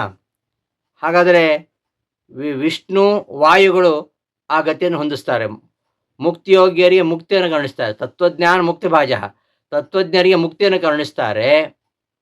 ಅಸುರರಿಗೆ ಅನ್ನಂತಮಸ್ಸು ಕಲ್ಪಿಸಿಕೊಡ್ತಾರೆ. ಮಧ್ಯಮರು ಮತ್ತೆ ಸಂಸಾರದಲ್ಲಿ ಮಿಶ್ರ ಬುದ್ಧೀನ್ ಅವರನ್ನು ಮತ್ತು ಸಂಸಾರದಲ್ಲಿ ಬದ್ಧರನ್ನಾಗಿ ಮಾಡ್ತಾರೆ ಅಂತ ಹೇಳ್ತಾ ಇದ್ದಾರೆ. ಆದರೆ ಅವರವರ ಸ್ವಭಾವ ಹಾಗಿದ್ದರೆ ಅವರವರೇ ಆ ಗತಿಯನ್ನು ಹೊಂತಾರೆ. ಇದರಲ್ಲಿ ಇವರಿಬ್ಬರ ಪಾತ್ರ ಏನಿದೆ ಎಂಬ ಪ್ರಶ್ನೆ ಬರುತ್ತೆ.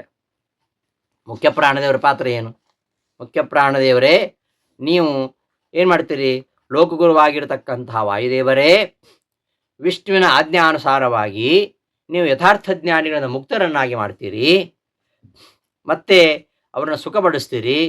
ಇನ್ನು ಮಿಶ್ರ ಬುದ್ಧಿಗಳನ್ನು ನಿತ್ಯಬದ್ಧರನ್ನಾಗಿ ಮಾಡ್ತೀರಿ, ಸಂಸಾರಿಗಳನ್ನಾಗಿ ಮಾಡ್ತೀರಿ. ಇನ್ನು ಅಯಥಾರ್ಥ ಜ್ಞಾನಿಗಳನ್ನು ತಮಸ್ಸಿಗೆ ಹಾಕಿ ಅವರನ್ನು ದುಃಖಪಡಿಸ್ತೀರಿ ಅಂತ ಹೇಳುವುದರಲ್ಲಿ ಏನು ಅರ್ಥ ಇದೆ? ಅವರವರ ಸ್ವಭಾವ ಅವರವರ ಗುಣಕರ್ಮಾನುಸಾರವಾಗಿ ಅವರು ಆ ಗತಿಯನ್ನು ಪಡೀತಾರೆ. ಹಾಗಾದರೆ ಹರಿವಾಯುಗಳ ಒಂದು ಪಾತ್ರ ಏನಿದೆ ಅದರಲ್ಲಿ ಅನ್ನೋ ಅನ್ನೋ ಒಂದು ಸಂದೇಹ ಬರ್ತದೆ ಅಲ್ವೇ? ಆದರೆ ಇವರಿಬ್ಬರ ಪ್ರೇರಣೆಯಿಂದಲೇ ಅದು ಆಗುವಂಥದ್ದು. ಈಗ ಯುದ್ಧ ಮಾಡುವಾಗ ರಾಜನೇ ಹೋಗಿ ಯುದ್ಧ ಮಾಡೋದಿಲ್ಲ. ಯುದ್ಧ ಮಾಡಿ ಜಯಗಳಿಸುವುದು ಸೈನಿಕರು. ಆದರೂ ಯಾರು ಗೆದ್ದರು ಅಂತ ಹೇಳೋದು? ರಾಜ ಗೆದ್ದ ಅಂತ ಹೇಳೋದು. ಆ ರಾಜನಾದವ ಸೈನಿಕರನ್ನು ಪ್ರೇರಿಸದೆ ಹೋದರೆ, ಸೈನಿಕರಿಗೆ ಬೇಕಾಗಿರತಕ್ಕಂತಹ ಶಕ್ತಿ ಸಾಮರ್ಥ್ಯಗಳನ್ನು ತುಂಬದೆ ಹೋದರೆ, ಅವರಿಂದ ಆ ಕಾರ್ಯವನ್ನು ಮಾಡಿಸದೆ ಹೋದರೆ ಅವರೇನು ಗೆಲ್ತಾರೆ? ಅಲ್ಲಿ ಯುದ್ಧದಲ್ಲಿ ಹೋರಾಡುವುದು ಸೈನಿಕರಾಗಿರ್ಬೋದು. ಇನ್ನು ರಾಜನು ಮಾಡಬೇಕಾದ ಕಾರ್ಯವನ್ನೆಲ್ಲ ಮಂತ್ರಿ ಮಾಡ್ತಾನೆ. ರಾಜನೆಲ್ಲ ಮಾಡೋದಿಲ್ಲ, ಮಂತ್ರಿಗಳ ಮೂಲಕ ಅವನು ಮಾಡಿಸ್ತಾನೆ. ಆದರೂ ಕೂಡ ಹೇಳೋದೇನು? ರಾಜ ಮಾಡಿದ ಅಂತ. ಹಾಗೆಯೇ ರಾಜನು ತಾನು ಮಾಡುವ ಕಾರ್ಯಗಳನ್ನೆಲ್ಲ ಮಂತ್ರಿಗಳ ಮೂಲಕವಾಗಿ ಮಾಡಿಸುವ ಹಾಗೆ ಪರಮಾತ್ಮ ಈ ಮುಖ್ಯಪ್ರಾಣದೇವರ ಮೂಲಕವಾಗಿ ಮುಖ್ಯಮಂತ್ರಿಯಾಗಿರತಕ್ಕಂತಹ ಮುಖ್ಯಪ್ರಾಣನ ಮುಖಾಂತರವೇ ಈ ಸೃಷ್ಟ್ಯಾದಿ ಕಾರ್ಯಗಳನ್ನು ಮಾಡಿಸ್ತಾನೆ. ಅವರವರಿಗೆ ಆಯಾ ರೀತಿಯಲ್ಲಿ ಪ್ರೇರಣೆ ಮಾಡಿಸ್ತಾನೆ. ಇದನ್ನೇ ವಿಜಯದಾಸರು ಹೇಳಿತು. ಚರಾಚರರಲ್ಲಿಯ ತಂತ್ರವನ್ನು ನಡೆಸುವ ಮಂತ್ರಿ ಈತನು ಕಾಣೋ, ಸ್ವಾತಂತ್ರ್ಯ ಪುರುಷ ವಿಜಯ ವಿಠ್ಠಲನ ನಿಜಭಕ್ತ ಅಂತ ಯಂತ್ರೋದ್ಧಾರಕ ಸುಳಾದಲ್ಲಿ ಹೇಳ್ತಾರೆ. ಚರಾಚರರಲ್ಲಿಯ ತಂತ್ರವನ್ನು ನಡೆಸುವ ಮಂತ್ರಿ, ಆಯಾ ವ್ಯಕ್ತಿಗಳ ಸ್ವಭಾವಕ್ಕನುಗುಣವಾಗಿ ಅವರವರನ್ನು ಆಯಾ ಕರ್ಮದಲ್ಲಿ ಪ್ರೇರಿಸುವವ ಇವ ಪರಮಾತ್ಮನ ಆಜ್ಞೆಯಂತೆ ಚರಾಚರರಲ್ಲಿಯ ತಂತ್ರವನ್ನು ನಡೆಸುವ ಮಂತ್ರಿ ಅಂತ ಹೇಳ್ತಾರೆ. ಇದು ಏನೋ ಚರಿತ ಯಂತ್ರೋದ್ಧಾರ, ಅಲ್ಲಿ ಕೂಡ ಆ ವಿಚಾರ ಬರುತ್ತೆ. ಗೋಪಾಲದಾಸರು ನೀ ಪ್ರೀತಿ ಮಂತ್ರಿಯು ಅಂತ ಹೇಳ್ತಾರೆ ಮುಖ್ಯಪ್ರಾಣದೇವರಿಗೆ. ಮುಖ್ಯಪ್ರಾಣದೇವರು ಶ್ರೀಹರಿಯ ಏನು ಮಾಡಬೇಕಾದ ಎಲ್ಲ ಕಾರ್ಯಗಳನ್ನು ಮುಖ್ಯಪ್ರಾಣದಿಂದ ಮಾಡಿಸ್ತಾನೆ ಅವನು. ಆದ್ದರಿಂದ ಆ ಮುಖ್ಯಪ್ರಾಣದೇವರು ಹರಿಯ ಅನುಸಾರವಾಗಿ ಕರ್ಮವನ್ನು ಪ್ರೇರಿಸ್ತಾರೆ.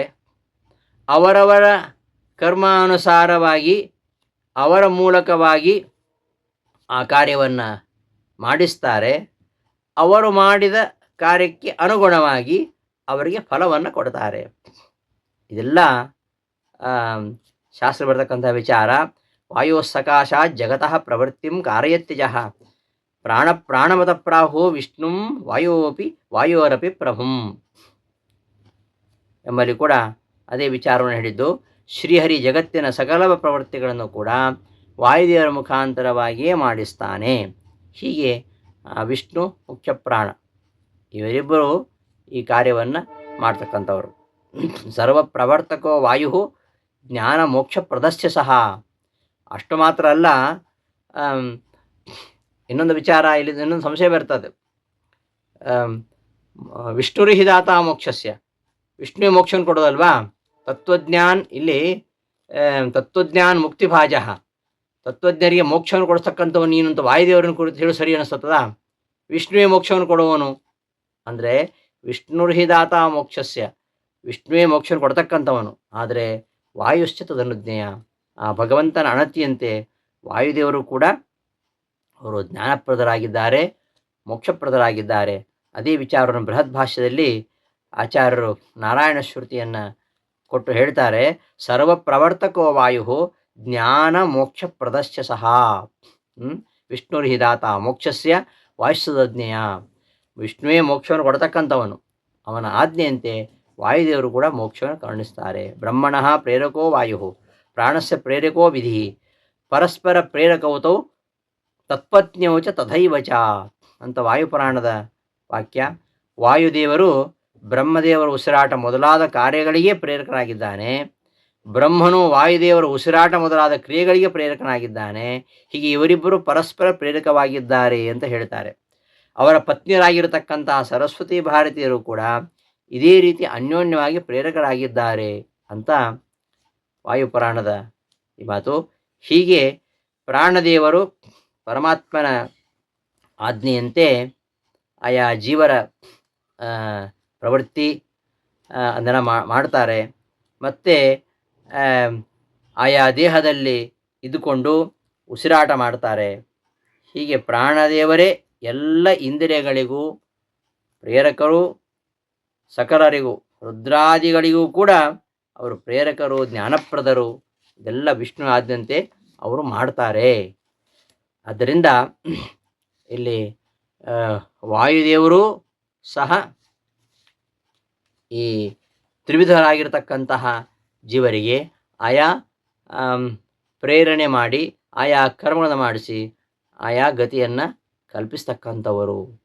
ಪರಮಾತ್ಮ ಸ್ವತಂತ್ರ, ಅವನು ಸ್ವತಂತ್ರ ದಾತ, ಅವನೇ ಶ್ರೇಷ್ಠ ಅಂಬುದು ಸರಿ.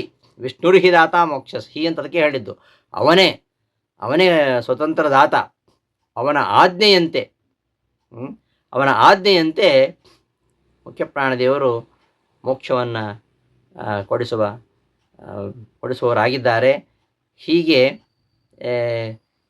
ಎಲ್ಲ ಪ್ರಮಾಣಗಳ ಅನುಸಾರವಾಗಿ ಹೇಳ್ತಾ ಇದ್ದಾರೆ, ವಿಷ್ಣು ಭಕ್ತರನ್ನು ನೀನು ಮೋಕ್ಷವನ್ನು ಹೊಂದಿಸ್ತೀಯ, ಮತ್ತು ಮಿಶ್ರ ಬುದ್ಧಿಗಳನ್ನು ನಿತ್ಯ ಸಂಸಾರದಿಂದ ಮಾಡ್ತೀಯ, ಅಧವರನ್ನು ಅನಂತಮಸ್ಕರಿಸ್ತೀಯ ಎಂಬುದಾಗಿ ತಿರುಪಂಡಿತಾಚಾರ್ಯರು ಹೇಳ್ತಾ ಇದ್ದಾರೆ.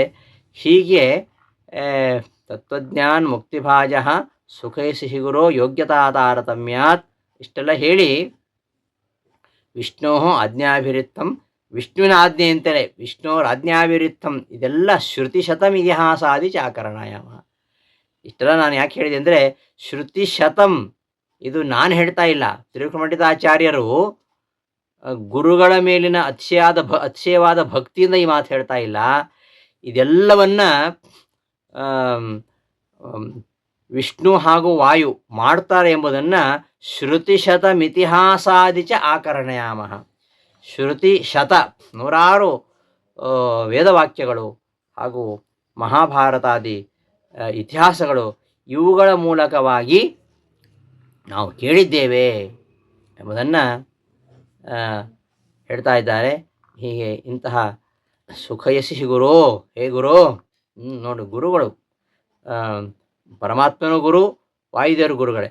ಗುರುಗಳು ಮಾತ್ರ ಯೋಗ್ಯತಾ ತಾರತಮ್ಯ, ಗುರುಗಳ ಅನುಗ್ರಹ ಬೇಕು. ಇದು ಗುರು ಶಬ್ದ ಯಾಕೆ ಹೇಳಿದ್ದು? ಗುರುಗಳ ಉದ್ದೇಶ ಹೇಳ್ತಾ ಇರೋದು. ಮಧ್ಯದಲ್ಲಿ ಗುರು ಅಂತ ಹೇಳಿದ್ದು ಯಾಕೆ ಇಲ್ಲಿ? ಅದಕ್ಕೆ ಅರ್ಥ ಇದೆ. ಹಿಂದೆ 12ನೇ ಶ್ಲೋಕ ಅಸ್ಮಿನ್ ಗುರುಣಾಂ ಅಂತ ಹೇಳಿದ ಮೇಲೆ ಅಲ್ಲಿ ಗುರು ಶಬ್ದ ಹೇಳಿದರು. ಆಮೇಲೆ ಪಿತಃ ಅತುಲ ಗುರು ಮಾತರ್ಮೇ ಮಾತರೇಶ್ವನ್ ಪಿತರ್ ಅತುಲ ಗುರು, ಅಲ್ಲಿ ಗುರು ಅಂತ ಹೇಳಿದರು. ಇಲ್ಲಿ ಮತ್ತೆ 15ನೇ ಶ್ಲೋಕದಲ್ಲಿ ವಾಯುರಸ್ಮದ್ ಗುರುಸ್ತಂ ಅಂತ 15ನೇ ಶ್ಲೋಕದಲ್ಲಿ ಹೇಳಿದರು. ಇಲ್ಲಿ ಪುನಃ ಸುಖಯಸಿ ಗುರು ಅಂತ ಸಂಬೋಧನೆ ಮಾಡ್ತಾ ಇದ್ದಾರೆ. ಹೀಗೆ ಪುನಃ ಗುರು ಶಬ್ದ ಗ್ರಹಣ ಮಾಡ್ತಾ ಇದ್ದಾರೆ. ಯಾಕೆ ಪುನಃ ಗುರು ಗುರು ಗುರು ಅನ್ಬೇಕು? ಒಂದ್ಸಲ ಎರಡು ಸಾಲದ? ಒಂದ್ಸಲ ಗುರುಗಳೇ ಅಂತ ಹೇಳಿ ಸಾಲದ? ಈವರೆಗಿನ ಇಷ್ಟು ಶ್ಲೋಕಗಳಲ್ಲಿ 16 ಶ್ಲೋಕಗಳಲ್ಲಿ ನಾವು ಅಸ್ಮಿನ್ ಗುರುಣಾಂ 12ನೇ ಶ್ಲೋಕ, ಆಮೇಲೆ 15ನೇ ಶ್ಲೋಕ, ಆಮೇಲೆ 14ನೇ ಶ್ಲೋಕ, ಆಮೇಲೆ 15ನೇ ಶ್ಲೋಕ, ಮತ್ತು ಇಲ್ಲಿ ಇಷ್ಟು ಕಡೆ ಗುರು ಶಬ್ದ ಗ್ರಹಣ ಮಾಡ್ತಾ ಇದ್ದಾರೆ ಅಂದರೆ ಏನೋ ಒಂದು ಕಾರಣ ಇದೆ. ಏನು ಅಂದರೆ ಗುರು ಅನುಗ್ರಹದ ಮಹತ್ವ, ಗುರುವಿನ ಅನುಗ್ರಹದ ಮಹತ್ವವನ್ನು ತೋರಿಸಲಿಕ್ಕೋಸ್ಕರವಾಗಿ ಹೇಳ್ತಿದ್ದಾರೆ. ಗುರುವಿನ ಅನುಗ್ರಹವಿಲ್ಲದೆ ಯಾವ ವಿದ್ಯೆಯು ಏನು ಪ್ರಯತ್ನ ಮಾಡಿದರೂ ಅದು ಸಿದ್ಧಿಸುವುದಿಲ್ಲ ಅಂತ ತೋರಿಸಲಿಕ್ಕೋಸ್ಕರವಾಗಿ 4 ಶ್ಲೋಕಗಳಲ್ಲಿ ಉದ್ದಕ್ಕೂ ಅವರು ಗುರು ಶಬ್ದ ಪ್ರಯೋಗ ಮಾಡಿದ್ದಾರೆ. ಅಂತಹ ಗುರುವಿನ ಅನುಗ್ರಹ ಇಲ್ಲದೆ ಹೋದರೆ ಏನೂ ಆಗೋದಿಲ್ಲ.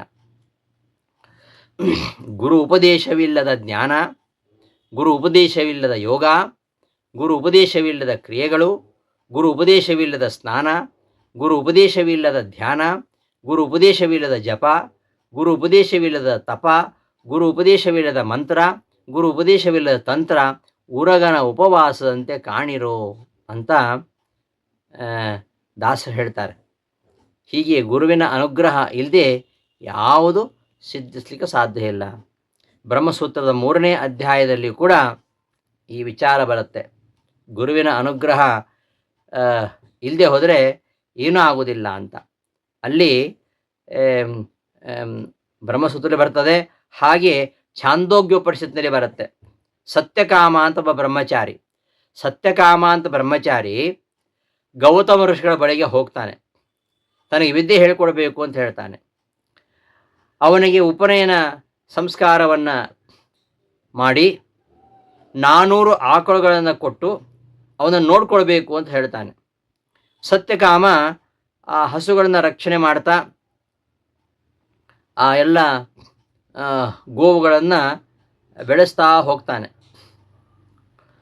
ಅವನ ಆ ಒಂದು ಶ್ರದ್ಧೆ, ಆದರ ಅದನ್ನು ಮೆಚ್ಚಿ ವಾಯುದೇವರು ಒಂದು ವೃಷಭದಲ್ಲಿ ಆವಿಷ್ಟರಾಗಿ ಸತ್ಯಕಾಮನಿಗೆ ಹೇಳ್ತಾರಂತೆ, ಏ ಸತ್ಯಕಾಮ, ನಮ್ಮನ್ನು 1000 ಆಗುವವರೆಗೆ ಬೆಳೆಸಿದ್ದೀಯಾ, ಇನ್ನು ಸಾಕು, ನಮ್ಮನ್ನು ಆಚಾರ್ಯರಿಗೆ ಒಪ್ಪಿಸಿಬಿಡು ಅಂತ ಆ ಗೋವುಗಳಲ್ಲಿ ಇರತಕ್ಕಂಥ ಒಂದು ಎತ್ತು ಅದು ಹೇಳುತ್ತೆ ಸತ್ಯಕಾಮನಿಗೆ, 1000 ಆಗೋ ತನಕ ಬೆಳೆಸಿದ್ದೀಯಾ ನೀನು.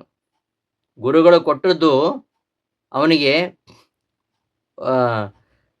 400 ಆಕಳ ಕೊಟ್ಟದ್ದು. ಅದನ್ನು 1000 ಸಂಖ್ಯೆ ಆಗುವವರೆಗೆ ರಕ್ಷಣೆ ಮಾಡಿದ್ದಾನೆ.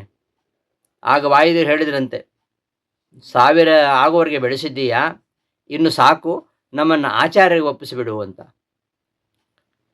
ಅಂತ ಹೇಳಿ ಅವನಿಗೆ ಬ್ರಹ್ಮೋಪದೇಶವನ್ನು ಮಾಡ್ತಾರಂತೆ. ಆಮೇಲೆ ಸಾಕ್ಷಾತ್ ಅಗ್ನಿ, ಆಮೇಲೆ ಹಂಸರೂಪದಿಂದ ಬ್ರಹ್ಮದೇವರು, ನೀರುಗೋಡಿಯ ರೂಪದಿಂದ ವರುಣ, ಇವರೆಲ್ಲ ಬಂದು ಬ್ರಹ್ಮೋಪದೇಶ ಮಾಡ್ತಾರಂತೆ. ಅವರೆಲ್ಲರ ಉಪದೇಶವನ್ನು ಪಡೆದ ಮೇಲೆ ಅವನಿಗೆ ಒಂದು ಹೊಸ ತೇಜಸ್ಸು ಬರ್ತದೆ. ಆಮೇಲೆ ಗುರುಗಳ ಬಳಿಗೆ ಹೋಗ್ತಾನೆ. ಗುರುಗಳು ಕೇಳ್ತಾರೆ, ಹೇ ಸತ್ಯಕಾಮ, ನೀನು ಬ್ರಹ್ಮಜ್ಞಾನಿಯಂತೆ ಕಾಣಿಸ್ತಾ ಇದೆಯಲ್ಲ, ಏನು ವಿಚಾರ?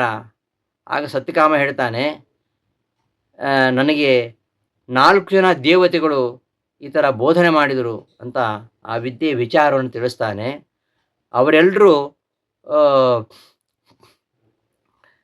ಅವರೆಲ್ಲ ದೇವತೆಗಳು ನಿಜ, ಆದರೂ ನನಗೆ ದೇವತೆಗಳು ನನಗೆ ಉಪದೇಶ ಮಾಡಿದ್ದಾರೆ.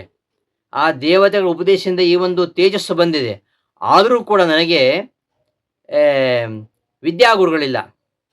ಈಗ ವಾಯುದೇವರು ಉಪದೇಶ ಮಾಡಿದ್ದಾರೆ, ಬ್ರಹ್ಮ, ವರುಣ, ಅಗ್ನಿ ಇವರೆಲ್ಲ ಉಪದೇಶ ಮಾಡಿದ್ದಾರೆ. ಆದರೂ ಕೂಡ ನನಗೆ ವಿದ್ಯಾಗುರುಗಳಿಲ್ಲ. ಆಚಾರ್ಯಾದೇವ ವಿದ್ಯಾ ವಿದಿತಾ ಸಾಧಿಷ್ಟಂ ಪ್ರಾಪಯತಿ. ವಿದ್ಯಾಗುರುಗಳು ಉಪದೇಶಿಸಿದ ವಿದ್ಯೆ ಮಾತ್ರ ಅತ್ಯಂತ ಶುದ್ಧ, ಅತ್ಯಂತ ಸ್ಥಿರ. ಆದ್ದರಿಂದ ತಾವೇ ನನಗೆ ಉಪದೇಶವನ್ನು ಮಾಡಬೇಕು ಅಂತ ಕೇಳ್ಕೊಳ್ತಾನೆ. ಅವನ ಗುರುಭಕ್ತಿಗೆ ಮೆಚ್ಚಿದಂತಹ ಗೌತಮರು ಆ ವಾಯುವಾದಿ 4 ದೇವತೆಗಳು ಏನು ಬೋಧಿಸಿದ್ದಾರೆ ಆ ಬ್ರಹ್ಮವಿದ್ಯೆಯನ್ನೇ ಅವನಿಗೆ ಮತ್ತೆ ಬೋಧಿಸ್ತಾರೆ. ಅದರಿಂದ ಅವನಿಗೆ ಆ ಬ್ರಹ್ಮವಿದ್ಯೆ ಸಿದ್ಧಿ ಆಯಿತು ಅಂತ ಆ ಆಖ್ಯಾಯಿಕೆಯಲ್ಲಿ ಬರುತ್ತೆ. ಇದನ್ನು ಮನಸ್ಸಲ್ಲಿಟ್ಕೊಂಡು ಭಾಷ್ಯಕಾರರು, ಮಧ್ವಾಚಾರ್ಯರು ಸೂತ್ರ ಭಾಷ್ಯದಲ್ಲಿ ವೃಷಭಾದಿಭ್ಯೋ ವಿದ್ಯಾಂ ಜ್ಞಾತ್ವಾಪಿ ಸತ್ಯಕಾಮೇನ ಭಗವಾಂಸ್ತ್ವ ಮೇ ಕಾಮಂ ಬ್ರೂಯಾತ್ ಅಂತ ಈ ಮಾತಿನಿಂದ ಅವ್ರು ಹೇಳ್ತಾ ಗುರುಪ್ರಸಾದ ಎಷ್ಟು ಬಲಿಷ್ಠವಾಗಿರುವಂಥದ್ದು. ಸತ್ಯಕಾಮ ಆ ವೃಷಭಾದಿಗಳ ಮೂಲಕವಾಗಿ ವಿದ್ಯೆಯನ್ನು ಪಡೆದಿದ್ದರೂ ಕೂಡ ಮತ್ತೆ ಗೌತಮನಿಂದ ತಾರತಮ್ಯದಲ್ಲಿ ದೇವತೆಗಳು ಈ ಗೌತಮರಿಂದ ಶ್ರೇಷ್ಠರು. ಹಾಗಿದ್ದರೂ ಕೂಡ ಸತ್ಯಕಾಮ ಆ ಗೌತಮರಲ್ಲಿ, ಸ್ವಾಮಿ ನನಗೆ ನೀವೇ ಉಪದೇಶ ಮಾಡಿ, ನೀವು ಮಾಡಿದಂಥ ಉಪದೇಶವೇ ಶ್ರೇಷ್ಠ, ಅದೇ ಸ್ಥಿರ ಅಂತ ಹೇಳಿದ್ದರಿಂದ ಗುರುಪ್ರಸಾದವೇ ಬಹಳ ಬಲವತ್ತರವಾದದ್ದು ಅಂತ ನಮಗೆ ಸ್ಪಷ್ಟವಾಗುತ್ತೆ. ಗುರುಪ್ರಸಾದೋ ಬಲವಾನ್ ನತಸ್ಮಾತ್ ಬಲವತ್ತರ. ಇದು ವರಾಹ ಪುರಾಣದಲ್ಲಿ ಬರ್ತಕ್ಕಂತಹ ಮಾತು. ಗುರುಪ್ರಸಾದೋ ಬಲವಾನ್ ನತಸ್ಮಾತ್ ಬಲವತ್ತರ ತಥಾಪಿ ಶ್ರವಣಾದಿಶ್ಚ ಕರ್ತವ್ಯ ಮೋಕ್ಷಸಿದ್ಧಯೇ. ಗುರುಪ್ರಸಾದ ಬಹಳ ಬಲಿಷ್ಠ, ಅದಕ್ಕಿಂತ ಹೆಚ್ಚು ಬಲವಾದದ್ದು ಬೇರೆ ಯಾವುದೂ ಇಲ್ಲ ಅಂಥೇಳಿ ಬರೀ ಗುರುಗಳ ಸೇವೆ ಮಾಡಿದರೆ ಆಗೋದಿಲ್ಲ. ಆ ಗುರುಗಳ ಅನುಗ್ರಹದಿಂದ ಸಿದ್ಧಿಗೋಸ್ಕರವಾಗಿ, ಮೋಕ್ಷ ಸಿದ್ಧಿಗೋಸ್ಕರವಾಗಿ ಶ್ರವಣಮನ್ನಾದಿಗಳನ್ನು ಮಾಡಲೇಬೇಕು. ಯಸ್ಯ ದೇವೇ ಪರಾಭಕ್ತಿ ಯಥಾ ದೇವೇ ತಥಾ ಗುರು ತಸ್ಯೈತೆ ಕಥಿತಾಹ್ಯರ್ಥಾಃ ಪ್ರಕಾಶಂತೆ ಮಹಾತ್ಮನಃ ಅಂತ ಶ್ರುತಿಯ ವಾಕ್ಯದಂತೆ ವಿಷ್ಣುನಲ್ಲಿ ಸರ್ವಾಧಿಕ ಭಕ್ತಿ ಇರುವಂತೆ ರಮಾಬ್ರಹ್ಮಾದಿ ಇತರ ದೇವತೆಗಳಲ್ಲಿಯೂ ತಾರತಮ್ಯಾನುಸಾರ ಭಕ್ತಿ ಇರುವಂತೆ ಗುರುಗಳಲ್ಲಿಯೂ ಕೂಡ ತಾರತಮ್ಯಾನುಸಾರವಾಗಿ ಭಕ್ತಿ ಇದ್ದರೆ ಮಾತ್ರ ಅಂಥವನಿಗೆ ಧರ್ಮಾದಿ ಸಕಲ ಪುರುಷಾರ್ಥಗಳು ಪರಾಪರ ತತ್ವಜ್ಞಾನ ಕೂಡ ಲಭಿಸ್ತದೆ ಅಂತ ಒಂದು ಪುರಾಣ ವಾಕ್ಯದ ಅರ್ಥ. ಹೀಗೆ ಗುರುಗಳ ಅನುಗ್ರಹ ಎಷ್ಟು ಬಲಿಷ್ಠವಾಗಿದೆ ಎಂಬುದನ್ನು ನಾವು ಈ ಎಲ್ಲ ಆಧಾರಗಳ ಮೂಲಕವಾಗಿ ತಿಳ್ಕೊಳ್ಬೋದು. ಅಂತಹ ಗುರುಗಳನ್ನು ನಾವು ಆದರ ಮಾಡದೆ ಹೋದರೆ, ಅವರನ್ನು ತಿರಸ್ಕಾರ ಮಾಡಿದರೆ ಯಾವ ವಿದ್ಯೆಯೂ ಕೂಡ ಸಿದ್ಧಿಸುವುದಿಲ್ಲ ಅಂತ ತಂತ್ರಸಾರ ಸಂಗ್ರಹದಲ್ಲಿ ಆಚಾರ್ಯರು ಹೇಳ್ತಾರೆ. ಅವಜ್ಞಾತ ಗುರುಣಾಂಚ ದೇವತಾನಾಂ ನ ಸಿದ್ಧತಿ ಪ್ರಯಾತಿ ತಮೋ ಘೋರಂ. ಗುರುಗಳನ್ನು, ದೇವತೆಗಳನ್ನು ತಿರಸ್ಕಾರ ಮಾಡ್ತಕ್ಕಂಥವ್ರು, ಅವಹೇಳನೆ ಮಾಡ್ತಕ್ಕಂಥವರು ಯಾವ ಸಿದ್ಧಿಯನ್ನು ಪಡೆಯುವುದಿಲ್ಲ. ಅಷ್ಟು ಮಾತ್ರ ಅಲ್ಲ, ಅವರಿಗೆ ಘೋರವಾಗಿರತಕ್ಕಂತಹ ಗತಿ ಆಗತ್ತೆ. ಆದ್ದರಿಂದ ಅಂತಹ ಗುರುವಿನ ಅನುಗ್ರಹ ಅಷ್ಟು ಮಹತ್ವ ಎಂಬ ತಿಳಿಸಲಿಕ್ಕೋಸ್ಕರವಾಗಿ ಇಲ್ಲಿ ತ್ರಿವಿಕ್ರಮರಾಚಾರ್ಯರು 4 ಕಡೆಯಲ್ಲಿ ಗುರು ಶಬ್ದವನ್ನು ಹೇಳಿದರು. ಅಂತಹ ಗುರುವಿನಿಂದಲೇ ಹರಿಯನ್ನು ಹೊಂದಲಿಕ್ಕೆ ಸಾಧ್ಯ. ಗುರುವಿಲ್ಲದೆ ಅಪಹಾಯ ಗುರೋಹ ಚರಣಂ, ಗುರುಗಳ ಚರಣವಿಲ್ಲದೆ, ಗುರೋಶ್ಚರಣಂ ಅಪಹಾಯ, ಗುರುಚರಣ ಅನುಗ್ರಹ ಬಿಟ್ಟರೆ ನ ಸಂತಿ, ಯಾವುದೂ ಇಲ್ಲ. ಆದ್ದರಿಂದ ಆ ಗುರುವಿನ ಮಹತ್ವ ಅಷ್ಟಿದೆ. ಅದಕ್ಕೋಸ್ಕರವಾಗಿ ಅವರ ಅನುಗ್ರಹ ಪಡೆಯುವುದೇ ಎಲ್ಲದಕ್ಕೂ ಮುಖ್ಯವಾಗಿರತಕ್ಕಂತಹ ಸಾಧನೆ. ಅಂತಹ ಗುರುಗಳ ಅನುಗ್ರಹ ಪಡೆಯದೇ ಇದ್ದರೆ ಇಂದ್ರಿಯ ನಿಗ್ರಹ ಮಾಡಿದರು, ಶಾಸ್ತ್ರಾಧ್ಯಯನ ಮಾಡಿದರು, ಸಕಲ ಸಾಧನೆ ಮಾಡಿದರೂ ಕೂಡ ಭಗವಂತ ಅದನ್ನು ಸ್ವೀಕಾರ ಮಾಡುವುದಿಲ್ಲ. ಅದಕ್ಕೆ ಪ್ರತಿಯಾಗಿ ಅವನ ಯೋಗ್ಯತೆಯನ್ನು ತಿಳಿದ ಗುರುಗಳು ಉಪದೇಶಿಸಿದರೆ ಮಾತ್ರ ಮುಂದೆ ಅವನ ಸಾಧನ ಸಮುದಾಯ ಅದು ಭಗವಂತನ ಪ್ರೀತಿಗೆ ಕಾರಣವಾಗತ್ತೆ ಎಂಬ ವಿಚಾರ ಶ್ರುತಿಗೀತೆಯಲ್ಲಿ ಬರ್ತದೆ. ಅಂತಹ ಗುರುಗಳ ಅನುಗ್ರಹದಿಂದ ವಿದ್ಯೆಯನ್ನು ಗಳಿಸಬೇಕು. ಈ ಒಂದು ಗುರುವಿನ ಮಹತ್ವವನ್ನು ತಿಳಿಸೋಕ್ಕೋಸ್ಕರವಾಗಿ ಮತ್ತೆ ತ್ರಿವಿಕ್ರಮರಾಚಾರ್ಯರು ಗುರು ಶಬ್ದವನ್ನು ಬಳಸ್ತಾ ಇದ್ದಾರೆ. ಎಂತಹ ಗುರುಗಳು? ಸಮ್ಯಕ್ ಲಕ್ಷಣ ಸಂಪನ್ನ ಯದ್ದದ್ಯಾತ್ ಸುಪ್ರಸನ್ನಧೀಹಿ ಶಿಷ್ಯಾಯ ಸತ್ಯಂ ಭವತಿ ತತ್ಸರ್ವಂ ನಾತ್ರ ಸಂಶಯ ಅಗಮ್ಯತ್ವಾದ್ ಹರಿಸ್ತಸ್ಮಿನ್ ವಿಷ್ಣೋ ಮುಕ್ತಿದೋ ಭವೇತ್. ಅಂತಹ ಗುರುಲಕ್ಷಣದಿಂದ ಚೆನ್ನಾಗಿ ಕೂಡಿರತಕ್ಕಂತಹ ಗುರುಗಳು ಪ್ರಸನ್ನರಾಗಿ ಶಿಷ್ಯನಿಗೆ ಏನು ಉಪದೇಶ ಮಾಡ್ತಾರೆ ಅವೆಲ್ಲವೂ ಕೂಡ ನಿಸ್ಸಂಶಯವಾಗಿ ಸತ್ಯವೇ ಆಗ್ತವೆ, ಅಲ್ಲದೆ ಮೋಕ್ಷಕ್ಕೂ ಕಾರಣವಾಗತ್ತೆ. ಇದನ್ನು ನಿರೂಪಣೆ ಮಾಡಿದ್ದಾರೆ. ಇಂತಹ ಗುರುಗಳ ಒಂದು ಅನುಗ್ರಹ ಇದ್ದರೆ ಮಾತ್ರ ಹರಿಯ ಪರಮಾನುಗ್ರಹ ಆಗಲಿಕ್ಕೆ ಸಾಧ್ಯ. ಅಂತಹ ಗುರುಪ್ರಸಾದವಿಲ್ಲದೇ ಇದ್ದರೆ ಮನುಷ್ಯರಿಗಾಗಲಿ ದೇವತೆಗಳಿಗಾಗಲಿ ಯಾವ ಸಾಧನೆ ಕೂಡ ಸಿದ್ಧಿಪ್ರದ ಆಗೋದಿಲ್ಲ. ದೇವಾಪಿ ಸುಯೋಗಾಢ್ಯಾಃ ಯತಂತಹ ಸರ್ವಸಾಧನೈಃ ಪುತ್ರದಾರಾದಿಭಿಃ ಸಾರ್ಧಂ ನಾಶ್ವಾಸಂತೀಹ ಸಂಸ್ಕೃತೌ ಗುರೋಃ ಅನುಗ್ರಹಮೃತೆ ಸಾಧನಂ ನ ಹರೇ ಪ್ರಿಯಂ ಗುರೋಪದೇಶಾತ್ ಪರಂ ಪ್ರಾಪ್ನೋತೇವ ನ ಸಂಶಯಃ. ದೇವತೆಗಳೂ ಸಹ ಗುರುವನುಗ್ರಹ ಇಲ್ಲದೆ ಹೋದರೆ ಯೋಗಾದಿ ಸಕಲ ಸಾಧನಗಳಿಂದ ಪ್ರಯತ್ನ ಪಟ್ಟರೂ ಕೂಡ ಪತ್ನಿ ಪುತ್ರಾದಿಗಳನ್ನೇ ಈ ಸಂಸಾರವನ್ನು ದಾಟಲಾರರು. ಯಾಕೆಂದರೆ ಗುರು ಅನುಗ್ರಹವಿಲ್ಲದೆ ಹೋದರೆ ಗುರೋರನುಗ್ರಹ ಮೃತೆ ಸಾಧನಂ ನಹರೇ ಪ್ರಿಯಂ. ಗುರುಗಳ ಅನುಗ್ರಹ ಇಲ್ಲದೆ ಹೋದರೆ ಶ್ರೀಹರಿ ಅನುಗ್ರಹವೂ ಕೂಡ ಲಭಿಸೋದಿಲ್ಲ. ಗುರುಗಳ ಅನುಗ್ರಹ ಮಾಡಿದರೆ ಮಾತ್ರ ಶ್ರೀಹರಿ ಅನುಗ್ರಹ ಲಭಿಸ್ತದೆ, ಉತ್ತಮವಾಗಿರತಕ್ಕಂತಹ ಮೋಕ್ಷವು ಪ್ರಾಪ್ತವಾಗುತ್ತೆ ಅಂತ. ಅಂತಹ ಗುರುಗಳು ಪ್ರಸನ್ನರಾಗಿ ವಿದ್ಯೆಯನ್ನು ಕೊಟ್ಟರೆ ಆ ವಿದ್ಯಾ ಫಲಿಸತ್ತೆ. ಅದಕ್ಕೋಸ್ಕರವಾಗಿ ಇಂತಹ ಗುರುವಿನ ಮಹತ್ವವನ್ನು ಅರಿತಂತಹ ತ್ರಿವಿಕ್ರಮರಾಚಾರ್ಯರು ಅನೇಕ ಕಡೆಗಳಲ್ಲಿ ಗುರು ಶಬ್ದವನ್ನು ಬಳಸಿದ್ದಾರೆ. ಸಂಶಯಶ್ಚಿತಿ ಗುರುರುಕ್ತೋ ಮನೀಷಿಭಿಃ ಅಂತ ಆತ್ಮರಣದಲ್ಲಿ ಹೇಳಿದ ಹಾಗೆ ಸಂಶಯರಹಿತನಾಗಿರಬೇಕು, ಎಲ್ಲವನ್ನು ತಿಳ್ಕೊಂಡವನಾಗಿರಬೇಕು, ಶಿಷ್ಯನಿಗೆ ಬರ್ತಕ್ಕಂಥ ಸಂದೇಹಗಳನ್ನು ಪರಿಹಾರ ಮಾಡಬೇಕು. ಅಂತಹ ಗುರು. ಆ ಗುರು ಅಷ್ಟೇ ಅಲ್ಲ, ಅವನು ವಿಷ್ಣು ಭಕ್ತನಾಗಿರಬೇಕು, ದ್ವಾತ್ರಿಂಶ ಲಕ್ಷಣೋಪೇತನು ಆಗಿದ್ದರೆ ಸರ್ವಶ್ರೇಷ್ಠ ಅಂಥೇಳಿ ಗುರುವಿವೇಕ ಗ್ರಂಥ ಹೇಳುತ್ತೆ. ವಾಸುದೇವೈಕ ಶರಣ ಗುರುರಿತ್ಯುಚ್ಯತೆ ಬುಧೈ ಗುರುಲಕ್ಷಣ ಸಂಯುಕ್ತ ಸಾಕ್ಷಾದೇವ ಚತುರ್ಮುಖ ತತಃ ಶೇಷೇಂದ್ರವೀಂದ್ರಾದ್ಯ ಕ್ರಮೇಣಯೋ ಪ್ರಕೀರ್ತಿತಾ. ಮುಖ್ಯವಾಗಿ ಅಂತಹ ಗುರು ನಾರಾಯಣನೊಬ್ಬನೇ. ಆ ನಾರಾಯಣನಿಗೆ ಶರಣು ಹೊಂದಿ ಯಾರು ಗುರುಲಕ್ಷಣ ಸಂಪನ್ನರಾಗಿರ್ತಾರೆ ಅಂತಹ ಗುರುವಿನ ಆಶ್ರಯ ಪಡಿಬೇಕು. ನಿಜವಾಗಿ ಗುರುಗಳಂದರೆ ಮಧ್ವಾಚಾರ್ಯರೇ. ವಾಸುದೇವೈಕ ಶರಣ ಗುರುರಿತ್ಯುಚಿತೆ ಬುಧೈ ಗುರುಲಕ್ಷಣ ಸಂಯುಕ್ತ. ವಾಯುದೇವರು ಮತ್ತು ಚತುರ್ಮುಖ ಬ್ರಹ್ಮದೇವರು, ಅವರಲ್ಲಿ ಗುರುವಿನ ಎಲ್ಲ ಲಕ್ಷಣ ಇದೆ. ದ್ವಾತ್ರಿಂಶ ಲಕ್ಷಣೋಪೇತಃ, 32 ಲಕ್ಷಣಗಳು ಅವರಲ್ಲಿವೆ. ಅಂತಹ ಸರ್ವಲಕ್ಷಣ ಸಂಬಂಧರಾಗಿರ್ತಕ್ಕಂತಹ ಗುರುಗಳು ಬ್ರಹ್ಮವಾಯುಗಳು, ಮುಖ್ಯವಾಗಿ ಅಂತಹ ಗುರುಗಳು. ಅವರನ್ನು ಬಿಟ್ಟರೆ ವೃದ್ಧಾದಿಗಳಲ್ಲಿ ತಾರತಮ್ಯಾನುಸಾರವಾಗಿ ಆ ಗುರುವಿನ ಲಕ್ಷಣಗಳು ಕಡಿಮೆ ಆಗ್ತಾ ಹೋಗ್ತವೆ. ಆ ವಿಚಾರವನ್ನು ಬೃಹದ್ ಭಾಷ್ಯದಲ್ಲಿ ಶ್ರೀಮದಾಚಾರ್ಯ ನಿರೂಪಣೆ ಮಾಡಿದ್ದಾರೆ. ಅಂತಹ ಗುರುವಿನ ಅನುಗ್ರಹ, ಅದರ ಮಹತ್ವ ಅದನ್ನು ತಿಳಿಸಲಿಕ್ಕೋಸ್ಕರವಾಗಿ ಪಂಡಿತಾಚಾರ್ಯರು ಹೀಗೆ ಹೇಳ್ತಾರೆ. ಎಲ್ಲರೂ ಗುರುಗಳೇ, ನಮಗೆ ವಿದ್ಯೆ ಕೊಟ್ಟವರು ಮಾತ್ರ ಗುರುಗಳಲ್ಲ, ಅವರಿಗಿಂತ ಉತ್ತಮರೆಲ್ಲರೂ ಗುರುಗಳೇ. ಬ್ರಹ್ಮಾಂತ ಗುರುವ ಸಾಕ್ಷಾತ್ ಇಷ್ಟಂ ದೈವಂ ಶ್ರೇಯಪತಿ. ಕೊನೆಯಲ್ಲಿ ಬ್ರಹ್ಮದೇವರು ಎಲ್ಲರಿಗೂ ಗುರುಗಳು. ಎಲ್ಲಿಂದ ಆರಂಭ? ನಮ್ಮ ಸಾಕ್ಷಾತ್ ಗುರುಗಳಿಂದ. 12 ಗುರುಗಳಿದ್ದಾರೆ, 12 ರೀತಿ ಗುರುಗಳಿದ್ದಾರೆ ಅಂತ ಹೇಳ್ತಾರೆ. ಸ್ವತ್ವಾ ಗುರುಂ ಪೂರ್ವಗುರುಂ ಆದಿಮೂಲಂ ಗುರುಂ ತಥಾ ದೇವತಾಂ ವಾಸುದೇವಂಚ ವಿದ್ಯಾಭ್ಯಾಸ ಸಿದ್ಧಿಭಾಗ್ ಅಂತ ಒಂದು ಮಾತಿದೆ. ಹಾಗೆ ಆ ಪರಂಪರೆ ಬಂದಂತಹ ಎಲ್ಲರೂ ಗುರುಗಳೇ. ಬ್ರಹ್ಮ ಗುರುರ್ಮುಖ್ಯ ಸರ್ವೇಷಾಮೇವ ಸರ್ವದಾ ಅನ್ಯೇಪಿ ಸ್ವಾತ್ಮನೋ ಮುಖ್ಯ ಕ್ರಮಾತ್ ಗುರವ ಈರಿತಾ. ಕ್ರಮವಾಗಿ ಎಲ್ಲರೂ ಗುರುಗಳೇ. ವ್ಯಾಸಂಚ ಭಾರತೀಂ ವಾಣಿಂ ವಿಧಿಂ ವಾಯುಂ ರಮಾಂ ತಥಾ ನಾರಾಯಣಂ ಮೂಢ ಗುರೂನ್ ಆಹುಹು ವಿಪಶ್ಚಿತಃ ಅಂತ ಮೊದಲು ವೇದವ್ಯಾಸರು, ಭಾರತೀ ದೇವಿ, ಆಮೇಲೆ ಸರಸ್ವತಿ, ಆಮೇಲೆ ವಾಯುದೇವರು, ಆಮೇಲೆ ಬ್ರಹ್ಮದೇವರು, ಮಹಾಲಕ್ಷ್ಮಿ, ನಾರಾಯಣ, ಹೀಗೆ 7 ಮಂದಿ ಜ್ಞಾನಗಳು. ಇವರನ್ನು ಮೂಲ ಗುರುಗಳು ಅಂತ ಹೇಳ್ತೇವೆ.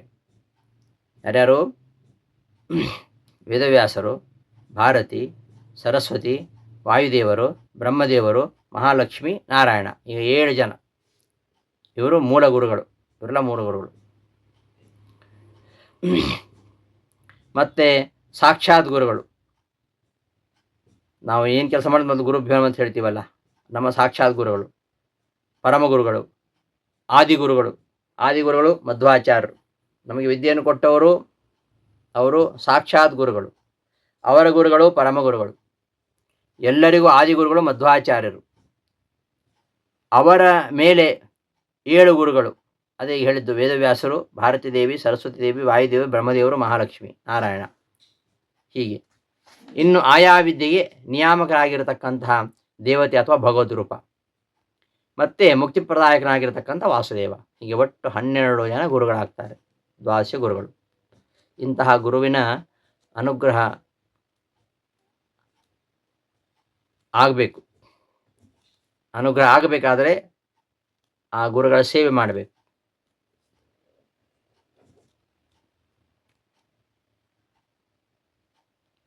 ಅಂತಹ ಒಂದು ಗುರುಗಳ ಸೇವೆ ಶುಶ್ರೂಷೆ ಸಹಸ್ತಾವತ್ ಯಾವದ್ ಜ್ಞಾನೋದಯೋ ಗುರುಂ ತತಃಪರಂಚ ಶುಶ್ರೂಷೇತ್ ಯಥಾ ತಸ್ಯ ಪ್ರಿಯಂ ಭವೇತ್.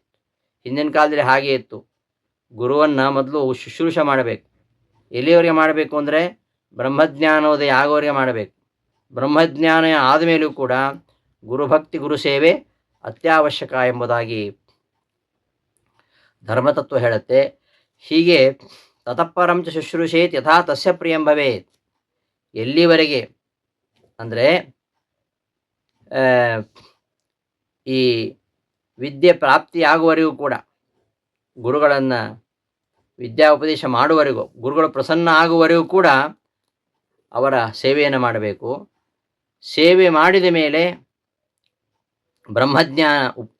ಜ್ಞಾನೋದಯ ಆದ ಮೇಲೆ, ಬ್ರಹ್ಮಜ್ಞಾನೋದಯ ಆದ ಮೇಲೂ ಕೂಡ ಗುರುಭಕ್ತಿ ಗುರು ಸೇವೆ ಅತ್ಯವಶ್ಯಕ ಮಾಡಬೇಕು. ತತಃಪರಂಚ ಶುಶ್ರೂಷೇತ್ ಯಥಾ ತಸ್ಯ ಪ್ರಿಯಂ ಭವೇತ್ ಎಂಬುದಾಗಿ ಹೇಳ್ತಾರೆ. ಹೀಗೆ ಈ ನಿತ್ಯದಲ್ಲಿ ಗುರು ಶುಶ್ರೂಷೆ ಮಾಡ್ತಾ, ಶ್ರವಣಾದಿಗಳನ್ನು ಮಾಡ್ತಾ, ಶಮದಮಾದಿಗಳು ವೃದ್ಧಿಯಾಗಿ ಜ್ಞಾನವೂ ಭಕ್ತಿಯು ಪರಿಪುಷ್ಟವಾಗಿ ತನ್ಮೂಲಕ ಭಗವದ್ ಅಪರೋಕ್ಷಕ್ಕೆ ಪರಂಪರೆಯ ಕಾರಣವಾಗುತ್ತೆ ಎಂಬುದಾಗಿ ಆಚಾರ್ಯರು ಹೇಳ್ತಾರೆ. ಭಕ್ತಿ ವಿಷ್ಣು ಗುರವು ಚೈವ ಗುರೋರ್ತಿತ್ಯ ಪ್ರಸನ್ನತಾಂ ದದ್ಯಾತ್ ಶಮದಮಾದಿಂಚ ತೇನ ಚೈತೆ ಗುಣಾಃ ಪುನಃ ತೈ ಸರ್ವೈಃ ದರ್ಶನಂ ವಿಷ್ಣು ಶ್ರವಣಾಧಿಕೃತಂ ಭವೇತ್. ವಿಷ್ಣು ಭಕ್ತಿ ಗುರುಭಕ್ತಿ ಗುರು ಅನುಗ್ರಹಕ್ಕೆ ಕಾರಣ ಆಗತ್ತೆ. ಗುರು ಅನುಗ್ರಹದಿಂದ ಶಮ ಸಮಾಧಿ ಸದ್ಗುಣಗಳು ಶಾಸ್ತ್ರಜ್ಞಾನ ಜೊತೆಯಲ್ಲಿ ಲಭ್ಯವಾಗ್ತದೆ. ಅದರಿಂದ ವಿಷ್ಣು ಭಕ್ತಿ ಜ್ಞಾನಾದಿ ಗುಣಗಳು ಸುದೃಢವಾಗಿ ಅವುಗಳಿಂದ ಶ್ರವಣಾದಿಗಳ ಸಾಧನಗಳಿಂದ ಮುಖ್ಯವಾಗಿ ಲಭಿಸಬೇಕಾಗಿರತಕ್ಕಂತಹ ಭಗವಂತನ ಅಪರೋಕ್ಷ ಜ್ಞಾನ ಲಭ್ಯವಾಗುತ್ತೆ. ದೃಷ್ಟ್ವೈವ ತಮ್ಮುಚ್ಯತೆ ನಾಪರೇಣ ಅಂತ ಕೌಶಿಕ ಶ್ರುತಿ ಹೇಳುವ ಹಾಗೆ ಭಗವತ್ ಸಾಕ್ಷಾತ್ಕಾರವಾದಾಗಲೇ ಮುಕ್ತಿ ಆಗುತ್ತೆ. ಹೀಗೆ ಗುರುಭಕ್ತಿ ಪರಂಪರೆಯ ಹೇಗೆ ಮೋಕ್ಷಕ್ಕೆ ಸಾಧನವಾಗಿದೆ ಅದನ್ನು ತಿಳಿಸೋಕ್ಕೋಸ್ಕರವಾಗಿ ತಿರುಪಂಡಿತಾಚಾರ್ಯರು ಅನೇಕ ಬಾರಿ ಗುರು ಶಬ್ದವನ್ನು ಪ್ರಯೋಗಿಸಿದ್ದಾರೆ. ಇಂತಹ ಗುರುಗಳು ಅನೇಕ ಮಂದಿ ಇರ್ತಾರೆ. ಅವರೆಲ್ಲರಲ್ಲಿಯೂ ಭಕ್ತಿ ಕೊಡಿ ಅಂತ ಕೇಳದೆ ಹರಿವಾಯುಗಳಲ್ಲೇ ಕೇಳ್ತಾ ಇದ್ದಾರೆ ತಿರುಪಂಡಿತಾಚಾರ್ಯರು. ಯಾಕೆಂದರೆ ಗೋವಿಂದೇ ದೇಹಿ ಭಕ್ತಿಂ 14 ಶ್ಲೋಕದಲ್ಲಿ ಬಂತು. ಹರಿವಾಯುಗಳಲ್ಲಿ ಮಾತ್ರ ಯಾಕೆ ಭಕ್ತಿ ಕೇಳ್ಕೊಳ್ಬೇಕು ಅಂತಂದರೆ ಋಷಿಭ್ಯಸ್ತುತ್ತಮ ದೇವಾಃ ದೇವೇಭ್ಯೋ ವಾಯುರುತ್ತಮಃ ವಾಯುಶ್ಚ ಭಗವಾನ್ ವಿಷ್ಣು ನ ತಸ್ಮಾದ್ ಉತ್ತಮೋ ಗುರುಹು. ಮನುಷ್ಯರಿಗಿಂತಲೂ ಋಷಿಗಳು ಉತ್ತಮರು, ಋಷಿಗಳಿಗಿಂತಲೂ ದೇವತೆಗಳು ಉತ್ತಮರು, ದೇವತೆಗಳು ಶ್ರೇಷ್ಠರಾಗಿರ್ತಕ್ಕಂತಹ ಗುರುಗಳು. ಆ ಎಲ್ಲ ದೇವತೆಗಳಿಗಿಂತಲೂ ವಾಯುದೇವರು ಅತ್ಯಂತ ಶ್ರೇಷ್ಠ ಗುರುಗಳು. ವಾಯುದೇವರಿಗಿಂತಲೂ ಅನಂತಪಟ್ಟು ಶ್ರೇಷ್ಠನಾಗಿರ್ತಕ್ಕಂಥವನು, ಸರ್ವೋತ್ತಮ ಆಗಿರ್ತಕ್ಕಂತಹ ಗುರು ಅವನು ಪರಮಾತ್ಮ. ಅವನಿಗಿಂತ ಶ್ರೇಷ್ಠರಾಗಿರ್ತಕ್ಕಂತಹ ಗುರುಗಳು ಬೇರೆ ಯಾರೂ ಇಲ್ಲ. ಆದ್ದರಿಂದ ನೀನೇ ವರಗುರು ಮುಖ್ಯ ಪ್ರಾಣ, ನಿರಂತರ ನಂಬಿದೇನೋ ನಿಖಿಲ ಗುಣಪೂರ್ಣ ಅಂತ ವ್ಯಾಸರಾಜರು ಪ್ರಾರ್ಥನೆ ಮಾಡ್ತಾರೆ. ಪರಮಾನಂದ ಕೃಷ್ಣಗೆ ಕಿರಿಯ ಮಿಕ್ಕ ಜಗಕ್ಕಿರಿಯ ಅಂತ ಸ್ತೋತ್ರ ಮಾಡ್ತಾರೆ. ಅದಕ್ಕೋಸ್ಕರವಾಗಿ ಶ್ರೀಪಾದರಾಜರು ಕೂಡ ಜಯ ಜಯ ಜಗತ್ರಾಣ ಜಗದೊಳಗೆ ಸುತ್ರಾಣ ಅಖಿಲ ಗುಣ ಸದ್ಧಾಮ ಮಧ್ವನಾಮ ಅಂತ ಹೇಳಿದರು. ಜಗತ್ರಾಣ ಸಕಲ ಜಗತ್ತಿಗೂ ಪ್ರಾಣ, ಶ್ವಾಸರೂಪ, ರಕ್ಷಣೆ ಮಾಡ್ತಕ್ಕಂಥವನು, ಅತ್ಯಂತ ಬಲಿಷ್ಠ, ಜ್ಞಾನಭಕ್ತಿ ವೈರಾಗ್ಯ ಶಮದಮಾದಿ ಸಕಲಗಳಿಗೂ ಕೂಡ ಸದ್ಧಾಮ, ಅಂತಹ ಶ್ರೇಷ್ಠವಾದ ನೆಲೆಮನೆ, ಪರಮಾತ್ಮನ ನೆಲೆಮನೆ ಅದು ಯಾರು ಅಂದರೆ ಮಧ್ವನಾಮ, ಮಧ್ವಾಚಾರ್ಯರು. ಅಂತಹ ಆ ಗುರುಗಳಿಗೆ ಜಯವಾಗಲಿ ಅಂತ ಶ್ರೀಪಾದರಾಜರು ಹೇಳ್ತಾರೆ. ಹಾಗೆ ಆವವನ ಬಳಿ ಪಿಡಿದು ಹರಿಯ ಸುರರೈದುವರು ಆವಾಯು ನಮ್ಮ ಗುರುರಾಯನು ಎಂಬುದಾಗಿ ರುದ್ರ ಇಂದ್ರಾದಿ ಸಕಲ ದೇವತೆಗಳೂ ಯಾವ ವಾಯುದೇವರ ಬಲವನ್ನೇ ಆಶ್ರಯಿಸಿ ಶ್ರೀಹರಿಯ ಅನುಗ್ರಹಕ್ಕೆ ಪಾತ್ರರಾಗುತ್ತಾರೋ ಅಂತಹ ವಾಯುದೇವರೇ ನಮ್ಮ ಕುಲುಗರುಗಳು ಎಂಬುದಾಗಿ ಹೆಮ್ಮೆಯಿಂದ ಹೇಳ್ಕೊಳ್ತಾರೆ ಶ್ರೀಪಾದರಾಜರು. ಅಂತಹ ಗುರುಗಳಂದರೆ ಹರಿವಾಯುಗಳು. ಆದ್ದರಿಂದ ಅವರಲ್ಲೇ ಭಕ್ತಿಯನ್ನು ಕೇಳ್ತಾ ಇದ್ದಾರೆ. ಗುರು ಶ್ರೀ ಬ್ರಹ್ಮಣೋ ವಿಷ್ಣು ಸುರಾಣಾಂಚ ಗುರು ಮೂಲಭೂತೋ ಗುರು ಸರ್ವಜನಾನಾಂ ಪುರುಷೋತ್ತಮ. ಮಹಾವಿಷ್ಣು ಲಕ್ಷ್ಮೀದೇವಿಗೆ ಗುರು, ಬ್ರಹ್ಮದೇವರಿಗೂ ಗುರು, ಸಾಕ್ಷಾತ್ ಗುರು. ಬ್ರಹ್ಮದೇವರು ರುದ್ರಾದಿ ಸಕಲ ದೇವತೆಗಳಿಗೂ ಗುರು, ರುದ್ರಾದಿ ದೇವತೆಗಳಿಗೆ ವಿಷ್ಣು ಪರಮಗುರು, ಪುರುಷೋತ್ತಮ ಆದ್ದರಿಂದ ಅವನೇ ಸಕಲ ಜಗತ್ತಿಗೂ ಮೂಲಗುರು. ಗುರು ಬ್ರಹ್ಮಾಸ್ಯ ಜಗತಃ ದೈವಂ ವಿಷ್ಣು ಸನಾತನಃ ಇತ್ತೇ ಉಪಾಸನಂ ಕಾರ್ಯಂ ನಾಣ್ಯಥಾತು ಕದಾಚನ. ಸಕಲ ಜಗತ್ತಿಗೂ ಬ್ರಹ್ಮದೇವರೇ ಮುಖ್ಯಗುರು, ಶ್ರೀ ವಿಷ್ಣು ಮುಖ್ಯ ದೇವತೆ. ಅಂತಹ ಬ್ರಹ್ಮದೇವರಿಗೂ ಕೂಡ ಪರಮಾತ್ಮ ಗುರು. ಯಸ್ಮಾತ್ ಬ್ರಹ್ಮೇಂದ್ರ ರುದ್ರಾದಿ ದೇವತಾನಾಂ ಶ್ರೀಯೋಪಿ ಚ ಜ್ಞಾನಸ್ಫೂರ್ತಿ ಸದಾ ತಸ್ಮೈ ಹರಯೇ ಗುರವೇ ನಮಃ ಎಂಬುದಾಗಿ ಹೇಳ್ತಾರೆ. ಯಾವ ಹರಿಯಿಂದ ಲಕ್ಷ್ಮೀದೇವಿಗೆ, ಯಸ್ಮಾತ್ ಯಾವ ಹರಿಯಿಂದ ಲಕ್ಷ್ಮೀದೇವಿಗೆ ಬ್ರಹ್ಮ ರುದ್ರಾಂದ್ರೆ ದೇವತಾನಾಂ ಶ್ರೇಯೋಪಿಚ ಲಕ್ಷ್ಮೀದೇವಿಗೆ ಅನಾದಿ ಕಾಲದಿಂದ ನಿತ್ಯ ನಿರಂತರವಾಗಿ ಜ್ಞಾನಸ್ಫೂರ್ತಿ ಆಗ್ತಾ ಇದೆಯೋ, ಮತ್ತು ಬ್ರಹ್ಮ ರುದ್ರ ಇಂದ್ರಾದಿ ದೇವತೆಗಳು ಕೂಡ ಅವರವರ ಯೋಗ್ಯತಾನುಸಾರವಾಗಿ ಜ್ಞಾನಸ್ಫೂರ್ತಿ ಆಗ್ತಾ ಇದೆಯೋ, ಅಂತಹ ಸಕಲ ಜಗದ್ಗುರುವೂ ಆದಂತಹ ನನಗೆ ಅಂದರೆ ಮಧ್ವಾಚಾರ್ಯರಿಗೆ ಹರೆಯೇ ಸಾಕ್ಷಾತ್ ಗುರು ಆದಂತಹ ಶ್ರೀಹರಿಗೆ ನಮಸ್ಕಾರ ಅಂತ ಹೇಳ್ತಾರೆ. ಹೀಗೆ ವಾಯುದೇವರು ವಿಷ್ಣು ಎಲ್ಲರಿಗೂ ಮುಖ್ಯ ಗುರು ಆದ್ದರಿಂದ ತ್ರಿಕುಮಂಡಿತಾಚಾರ್ಯರು ಸಾಕ್ಷಾತ್ ಸಾಕ್ಷಾತ್ ಗುರು ಅವರೇ. ತ್ರಿಕುಮಂಡಿತಾಚಾರ್ಯ ಸಾಕ್ಷಾತ್ ಗುರುಗಳು. ಅಷ್ಟು ಮಾತ್ರ ಅಲ್ಲ, ವಿಷ್ಣು ಪರಮಗುರು, ಮೂಲಗುರು. ಆದ್ದರಿಂದ ಅವರಲ್ಲೇ ಭಕ್ತಿಯನ್ನು ಕೊಡುವಂಥ ಗೋವಿಂದೇ ದೇಹಿ ಭಕ್ತಿಂ ಅಂತ ಗೋವಿಂದನಲ್ಲಿಯೇ ಮತ್ತು ಭವತಿ ಚ ನಿಮ್ಮಲ್ಲಿ ಭಕ್ತಿಯನ್ನು ಕೊಡುವಂಥ ಕೇಳ್ಕೊಳ್ತಾ ಇದ್ದಾರೆ. ಹೀಗೆ ಇಷ್ಟು ವಿಚಾರಗಳು ಈ ಒಂದು ಪದ್ಯದಲ್ಲಿ ಬಂದಿವೆ. ಯೋಗ್ಯತಾ ತಾರತಮ್ಯ, ಯೋಗ್ಯತೆಗೆ ಅನುಗುಣವಾಗಿ ಅದೊಂದು ಮಾತು ಬಂತು. ಯೋಗ್ಯತಾ ತಾರತಮ್ಯ, ಸಕಲ ಜೀವರಿಗೂ ಅವರವರ ಯೋಗ್ಯತಾನುಸಾರವಾಗಿ ಕೊಡ್ತಕ್ಕಂಥವರು ಅಂತ ಇಷ್ಟೆಲ್ಲ ವಿಚಾರಗಳನ್ನು ಇಲ್ಲಿ ಹೇಳಿದ್ದಾರೆ. ಯೋಗ್ಯತಾ ತಾರತಮ್ಯಾತ್ ಸುಖ, ಅದು ತುಂಬ ವಿಚಾರ ಇದೆ. ಆ ಸುಖದಲ್ಲಿ ತಾರತಮ್ಯ, ದುಃಖದಲ್ಲಿಯೂ ತಾರತಮ್ಯ ಇದೆ. ಇಷ್ಟೆಲ್ಲ ವಿಚಾರಗಳು ಇವೆ.